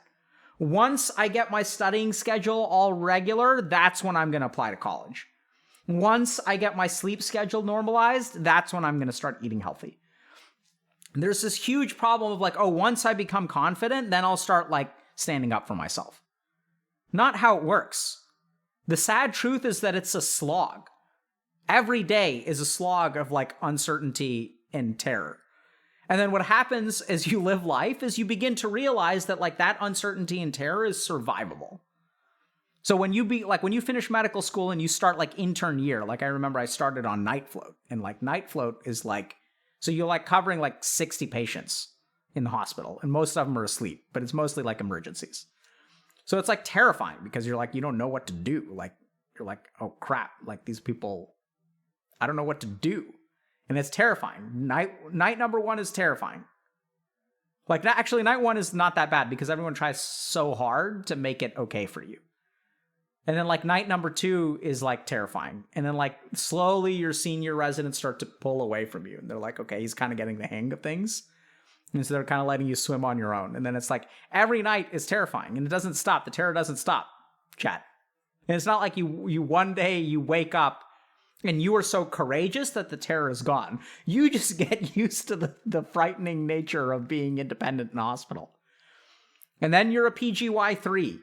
And then you're responsible for every patient in a 960 bed hospital. And it's like, oh crap. But that's what it is. That's life. And so there is no spine that you're going to find one day that'll like make things easy for you. It's just you get better at handling the terror. It doesn't get easier. You just get better at it. It's a big, big misunderstanding because then people think like, you just have to let go because everyone's stuck on getting better at it, right? Like you're like, oh, like if I get better at it, then it'll be easy. And then like, so what you do is you're paralyzed because there you are looking for something that doesn't exist, which is the spine. And then like, you're looking for something that doesn't exist and you're stuck over here because you're not actually doing anything. What you have to accept is that you're never going to find a good spine. It's just going to be hard every step of the way. You know, the HP of the mob that you're fighting doesn't change. You just level up. You just get better at it. Okay? Let's do one more. Maybe two. All right, chatars? And for what it's worth, I have faith in y'all. Like, you may not think that you're able to do it, but like I've seen people do it over and over and over again. You don't realize how strong your spine already is.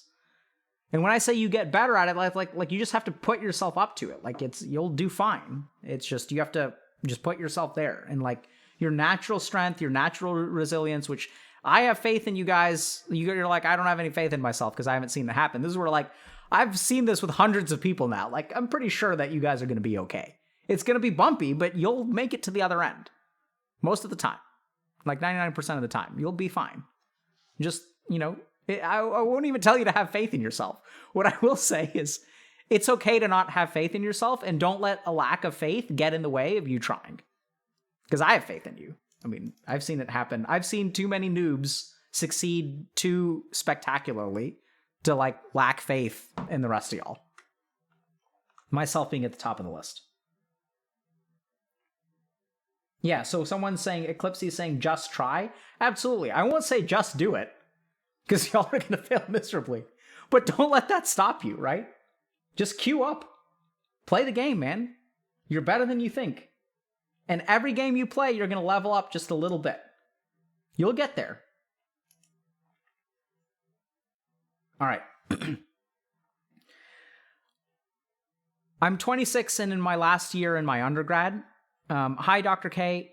Could I get some help with reading for long periods of time? Every time I just get so sleepy and it takes so much brain power to constantly visualize words on text to reality. Maybe I'm just not able to become a researcher. I saw your video on studying, but I usually have to go to work in the morning to 4:30 p.m. I would like to have the energy and focus to continue work. How do you handle the long hours or dedication? Is it better sleep, physical health? Is there a way to read that's effective? I try skimming and I feel like I should read everything or I'll miss something important too. Any thoughts on this is appreciated. Okay, great question.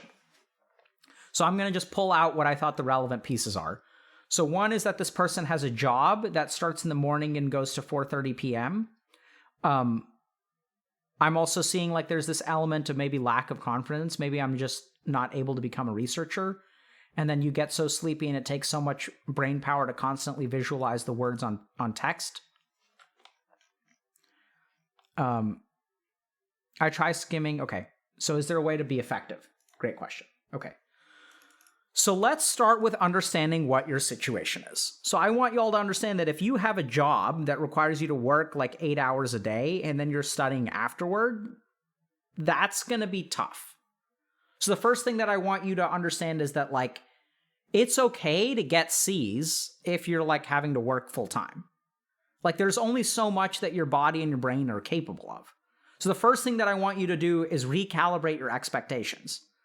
Like if you're going into, if you're going into a RPG battle with like half health and half mana and you're like fighting against a boss, like understand that you may not be able to win in an overkill mode where you dominate everything and like you may just be able to like skate by with a C.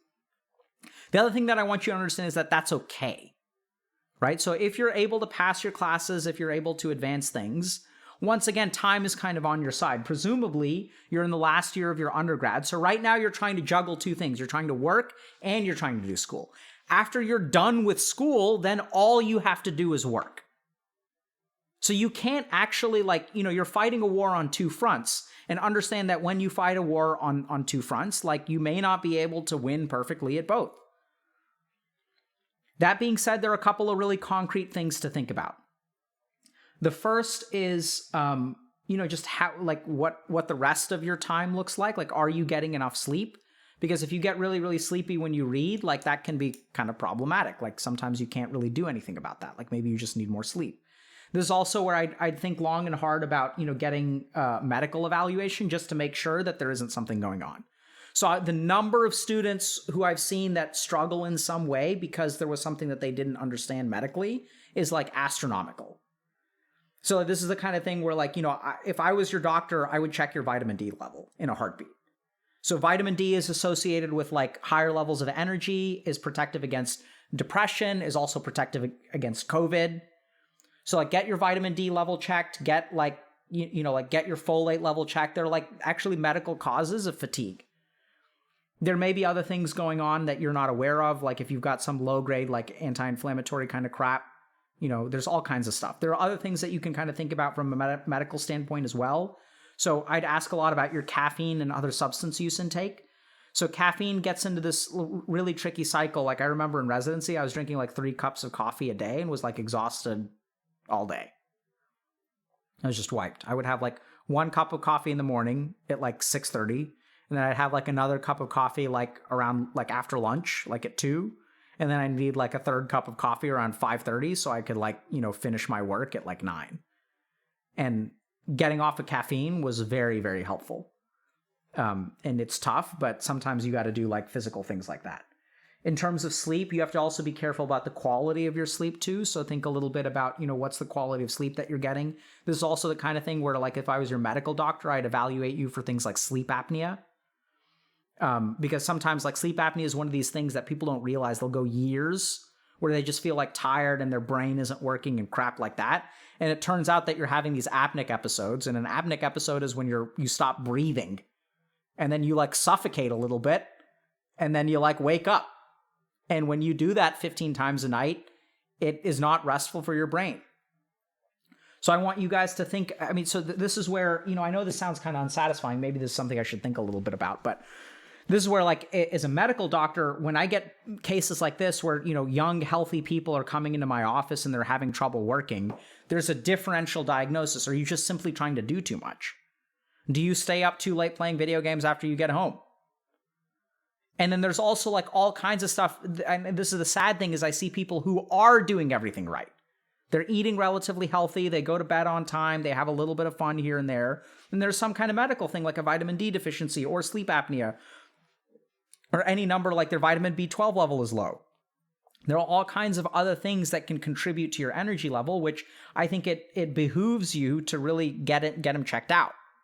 And just get yourself evaluated, go see a medical doctor and see if any of these things are at play. Because when I find these things for people, it is like, man, I swear, like they are as grateful to me as I've seen like parents who have kids with cancer and their child is like in remission. And the gratitude that those parents express is amazing.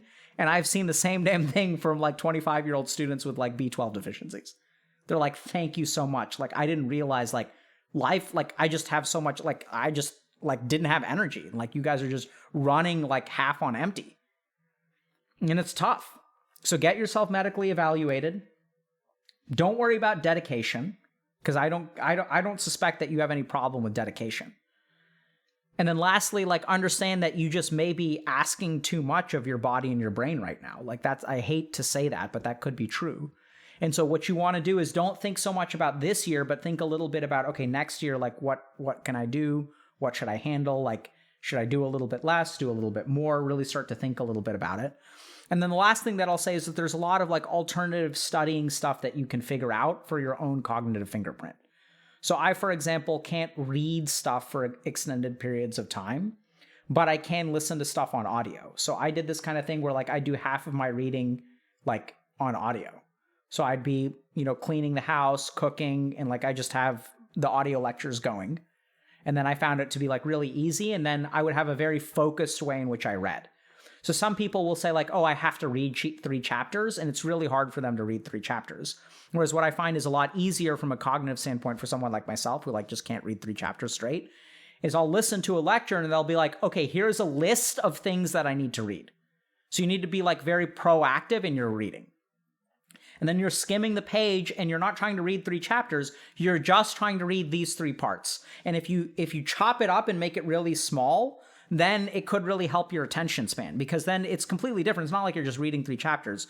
You're like sniffing out for particular pieces of knowledge. So it's challenging, but there's stuff around study habits. There's stuff around physical health. There's stuff around, this is one of those questions that I absolutely love because it is such a complicated answer. And oddly enough, that's what makes it so easy to implement. Remember earlier when I was saying complicated and easy go hand in hand? It's like it could be something as simple as like, a vitamin B12 shot.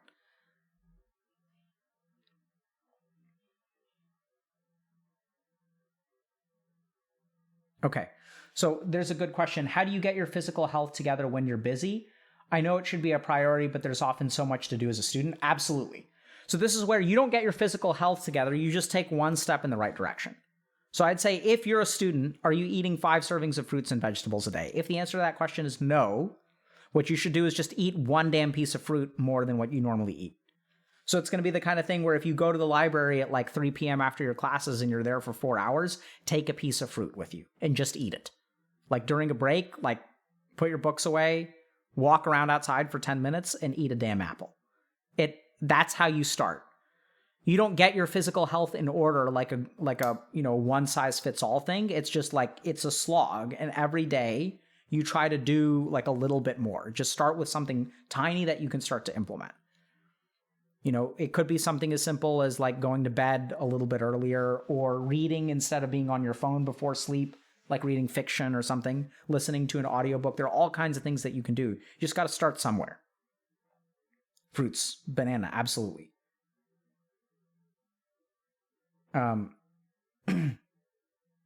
Right. So this is someone else is asking, how do you get your mental health together when you think about screwing yourself over all the time and how much you've screwed yourself over?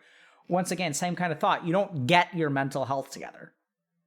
Like, it's just every step. It's kind of like you can't go from here to the top of the mountain. It's just 1,000 steps or 10,000 steps. There's no like jump to the top. And so the question is like for someone who's trying to get their mental health together or physical health together, what is the first step that you can take? And that's the one that you should take. And then like take the next step and the next step and the next step. And then you can say, oh my God, it's so tiring. There's so many steps. No, there aren't. There aren't so many steps. It's just one step at a time.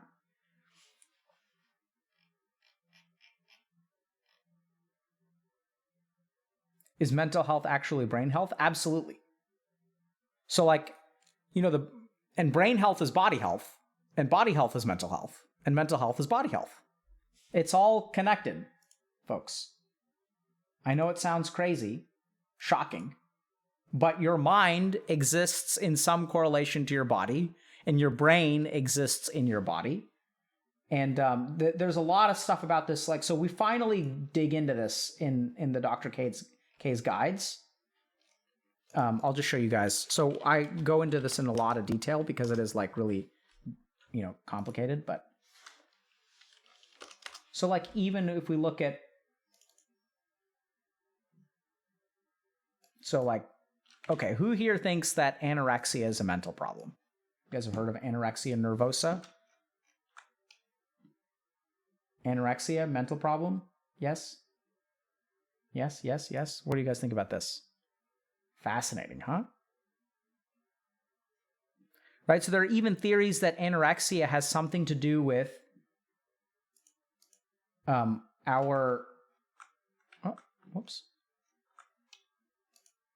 Interesting.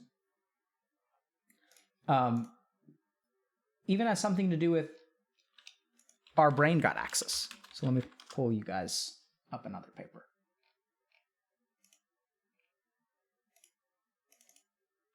Let's do psychobiotics.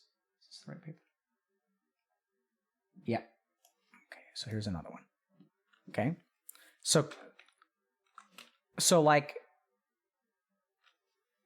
It's interesting. So these are like certain kinds of bacteria that will affect emotional, cognitive, systemic, and neural indices. By systemic, this means stuff like your immune system, low-grade inflammation, eczema, lupus, rheumatoid arthritis. The stress system. So stress can actually make you obese. Okay, look, here is, you guys know what,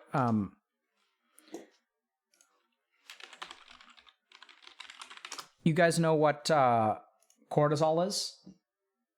You guys know what a cortisol tumor looks like? So this is the appearance of someone with a cortisol tumor. Okay, it's crazy. So like, when you have a high level of stress in your body, like mental stress, you release bunches of cortisol, and then you end up with this. Like, this is what it does to your body, like physically. This is what a stress hormone producing tumor does to your body. Okay? Titan. Okay, so here's the thing. I've taught in a lot of different scenarios. I've taught in a lot of different places, right? So I went to school at Tufts, and so when I was a fourth year medical student, I would sometimes mentor the younger kids and tutor and whatnot. And then I was at Harvard, and then we got medical students from all over the place there. But I gotta say, when I'm teaching, Twitch chat is the best. Twitch chat are the best students. Okay. You guys are the best. I've taught a lot. I've taught in India. I taught randomly at this yoga class in Houston 2 years ago. I've taught in so many places, and you guys are the best. Because some of y'all just can't give up the memes, you just can't give it up. It's too dank and too delicious. It's too good, man.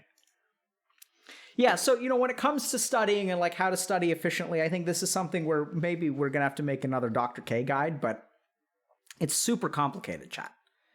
Like this connection between studying and your body and how to optimize it is like, there's so many dimensions to it.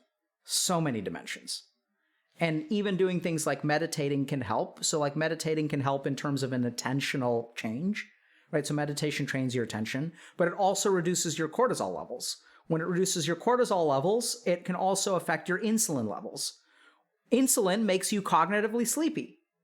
So if you meditate for 20 minutes a day and you reduce your cortisol levels, that will in turn affect your insulin levels, which will in turn, we're not just talking about the meditative practice. Like, we're not talking about the brain stuff. We're not talking about the attentional stuff, the MRI stuff, the neuroscience stuff. We're talking about a physiological impact on your overall cognition from reductions of stress hormones. And if people are curious about how that works, we can talk you through that real quick. Okay? So let me ask you guys a question. Does anybody know what cortisol does to your blood glucose?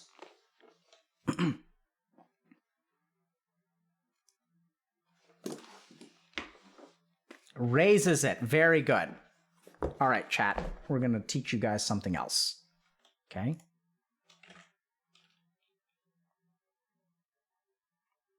All right.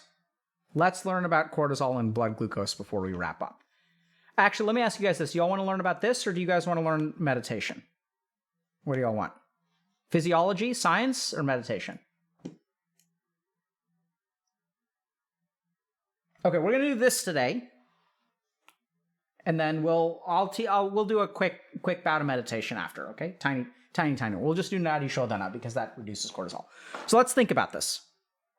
So cortisol is released from stress. So when I get stressed, I release cortisol. We're not going to go in. Oh shit! You guys can't see anything. Okay. So then the question is, why does cortisol increase our blood glucose?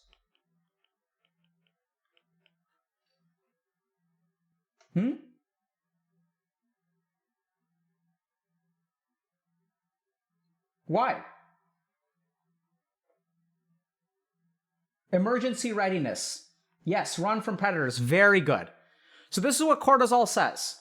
So this isn't adrenaline, right? So adrenaline will flush us with blood glucose for a little while. But I want you guys to imagine the scenario where like I encounter a tiger in the jungle. And so adrenaline kicks in the first 5 minutes. And adrenaline is going to flush my body with all kinds of crap. And then I run away from the tiger.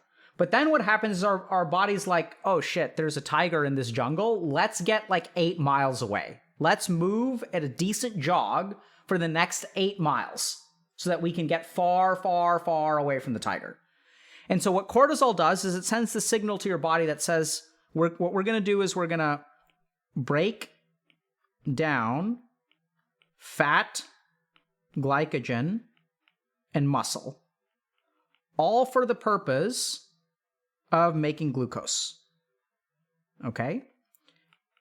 And then, next question, do you guys know, which of these is the most efficient at making glucose? Which of these macronutrients? Okay? You guys know? Glycogen, absolutely. Glycogen is number 1. What's number 2? Glycogen is pure glucose. It's just a pile of glucose. Muscle, absolutely. Okay, so what cortisol does, and then fat is number 3. Okay, now we get extra credit. Does anyone know how fat turns into glucose?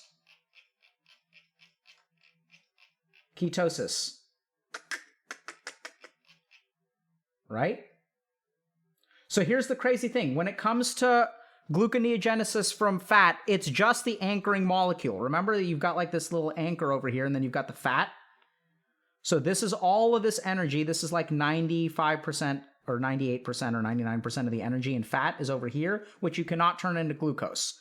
This molecule over here is the only thing that can go into gluconeogenesis. Right?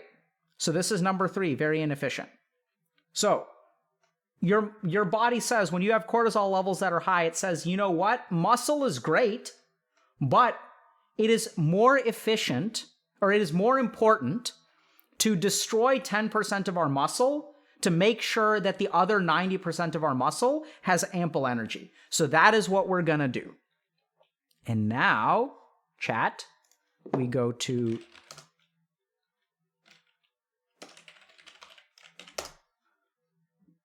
so now we see why this happens. Okay?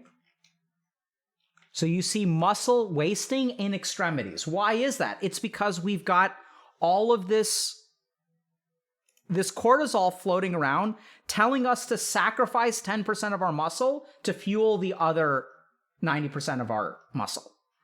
Then what happens, but nowadays, okay, so now we're increasing our glucose, right? And remember that the reason we wanted to increase our glucose is so that we could walk 8 miles and get away from the tiger. What do we do now when we're stressed, chat? What do? It's not kapha. Nope. Not even eat or sleep. Nothing. We don't walk 8 miles. We certainly don't walk 8 miles. So now when our blood glucose is high, what does our body think is happening? What does our body do when we have high blood glucose?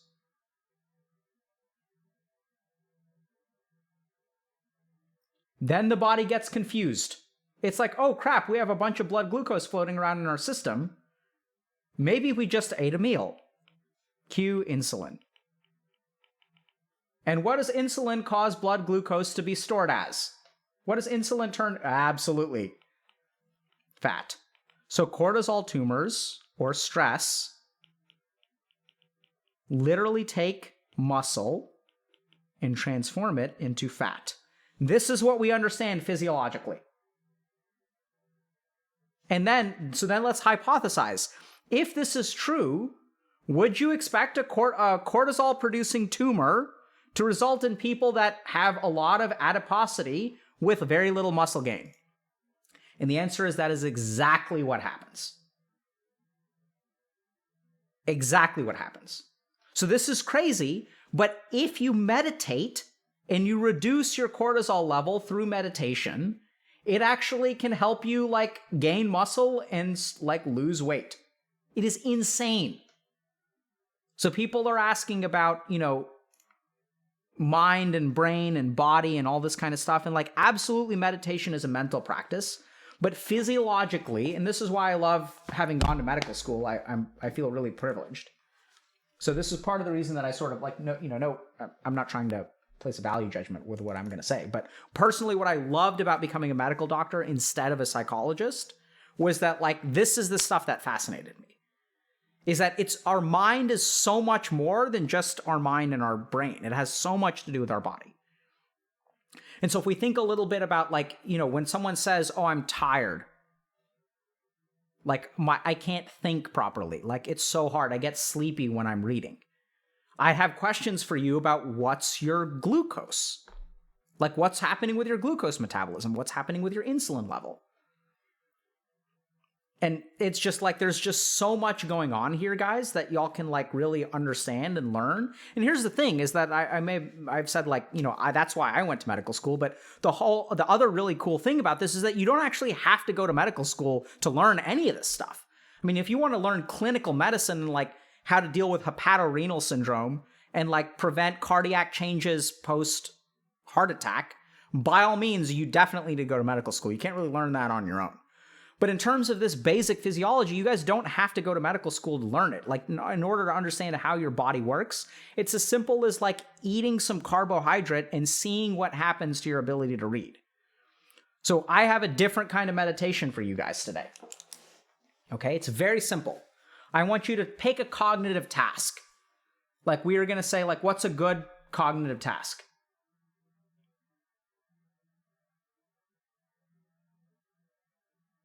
Just pick something.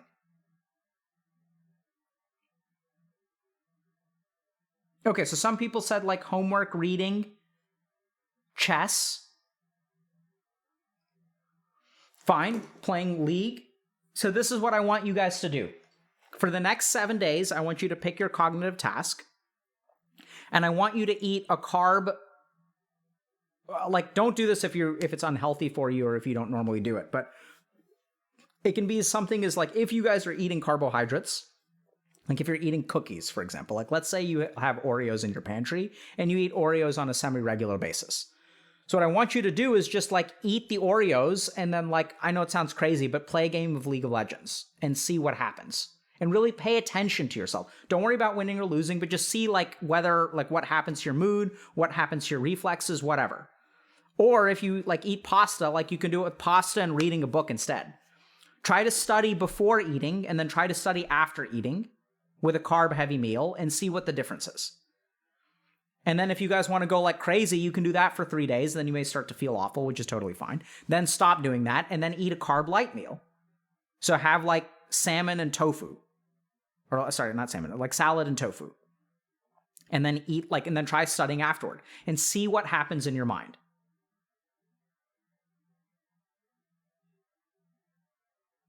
That is your meditation. And I know that everyone wants to sit here and like go like, fine. That kind of meditation is important. But there's another aspect of meditation called swadhyay. Swadhyay means self-study or study of the self. And this is where like we can do this kind of meditation where it's like an actual practice, but meditation is all about understanding yourself. So do this experiment and see what happens. And we'll check in with you guys. I'll remind me to check in with you guys like on Wednesday and on Friday, and let's see who's done it and what your experience was. And if you guys want to study efficiently, like start to learn all of these different things. So what if I'm keto? Yeah, then don't eat carbs, but be careful because there's recent evidence that shows that prolonged ketosis causes cardiac inflammation, which may in turn lead to long-term cardiac damage. So be careful. It's not body hacking, chat. It's not anything not nearly as fancy as that for people who are curious.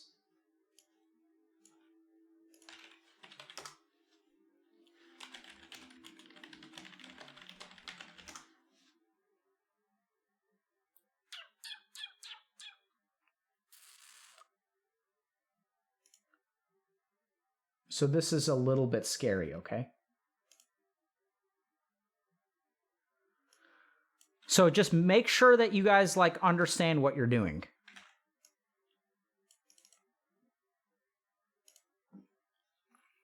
All right, so you guys just have to be careful about this kind of stuff. So we can talk about keto and all that kind of physiology stuff too. But, and I know it sounds kind of weird, but like, the reason that it's so easy to lose weight on a ketogenic diet is because it's really inefficient. Like it's not the way that our bodies were designed to function, right? It's like, and so our bodies weren't designed to eat Twinkies either. So I'm not saying that it can be healthy. So for example, on the converse, right? So there's also, let me show you guys another. So I'm not saying keto is bad. So this is super hype. You guys don't know this.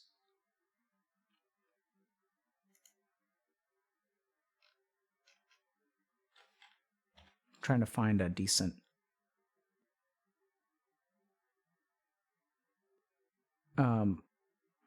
Let's try this.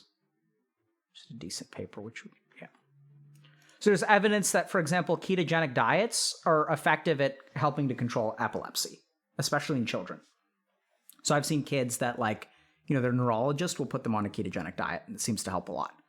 So ketogenic diets can be healthy. There may be some concerns about them.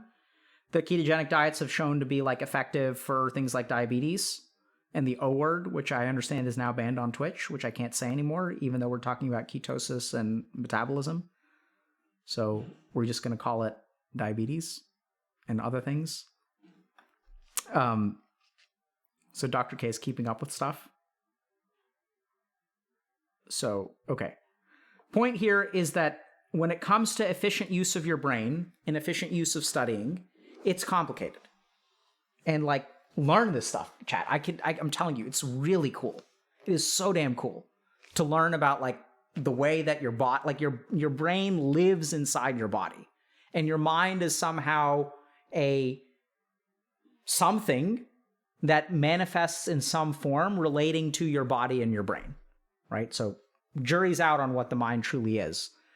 Unfortunately, like last Friday, we went way off the rails into the esoteric mystical stuff. I guess we're balancing that by going hardcore science, so we don't even know what the mind is. Fine, we don't need to know. The point, though, is that it's clearly related to our body and our brain. So,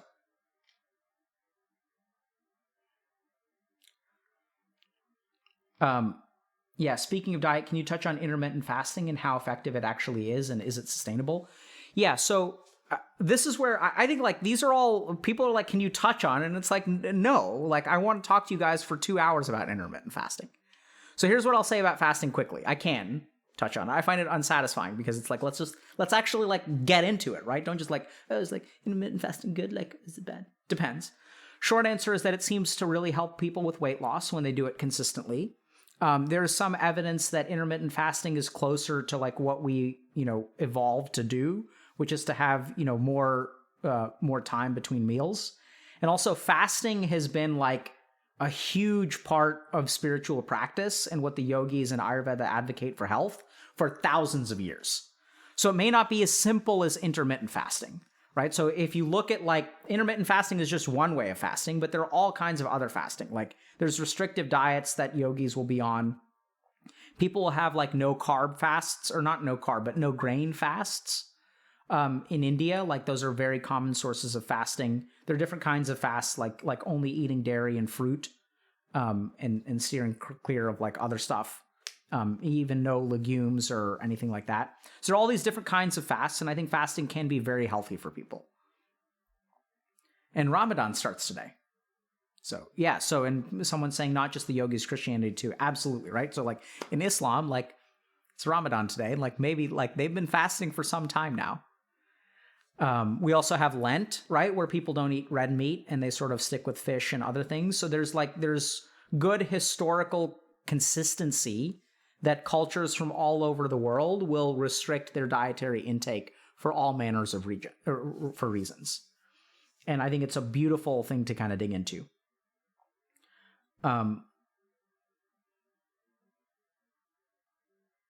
Okay.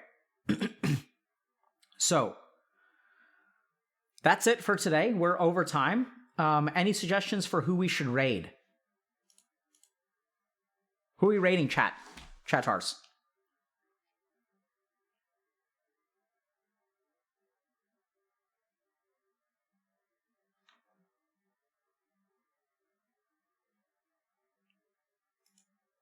Yeah, let's raid Devin Nash. Is Devin streaming? We haven't raided Devin in a long time.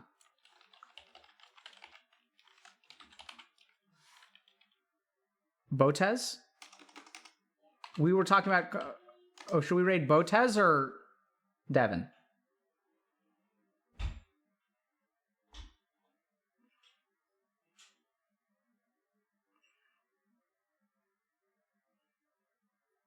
Can we poll it?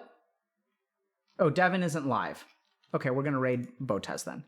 Let's send the Botez sisters... Well, I was about to say some love, but given our earlier question and stalking and whatnot, let's send them some general positive sentiment without a romantic pressure. How about that? And it looks like they're playing some chess. So we'll see you guys on Wednesday, and like learn a little bit of chess, and then maybe like use that as your cognitive activity. Take care, chat.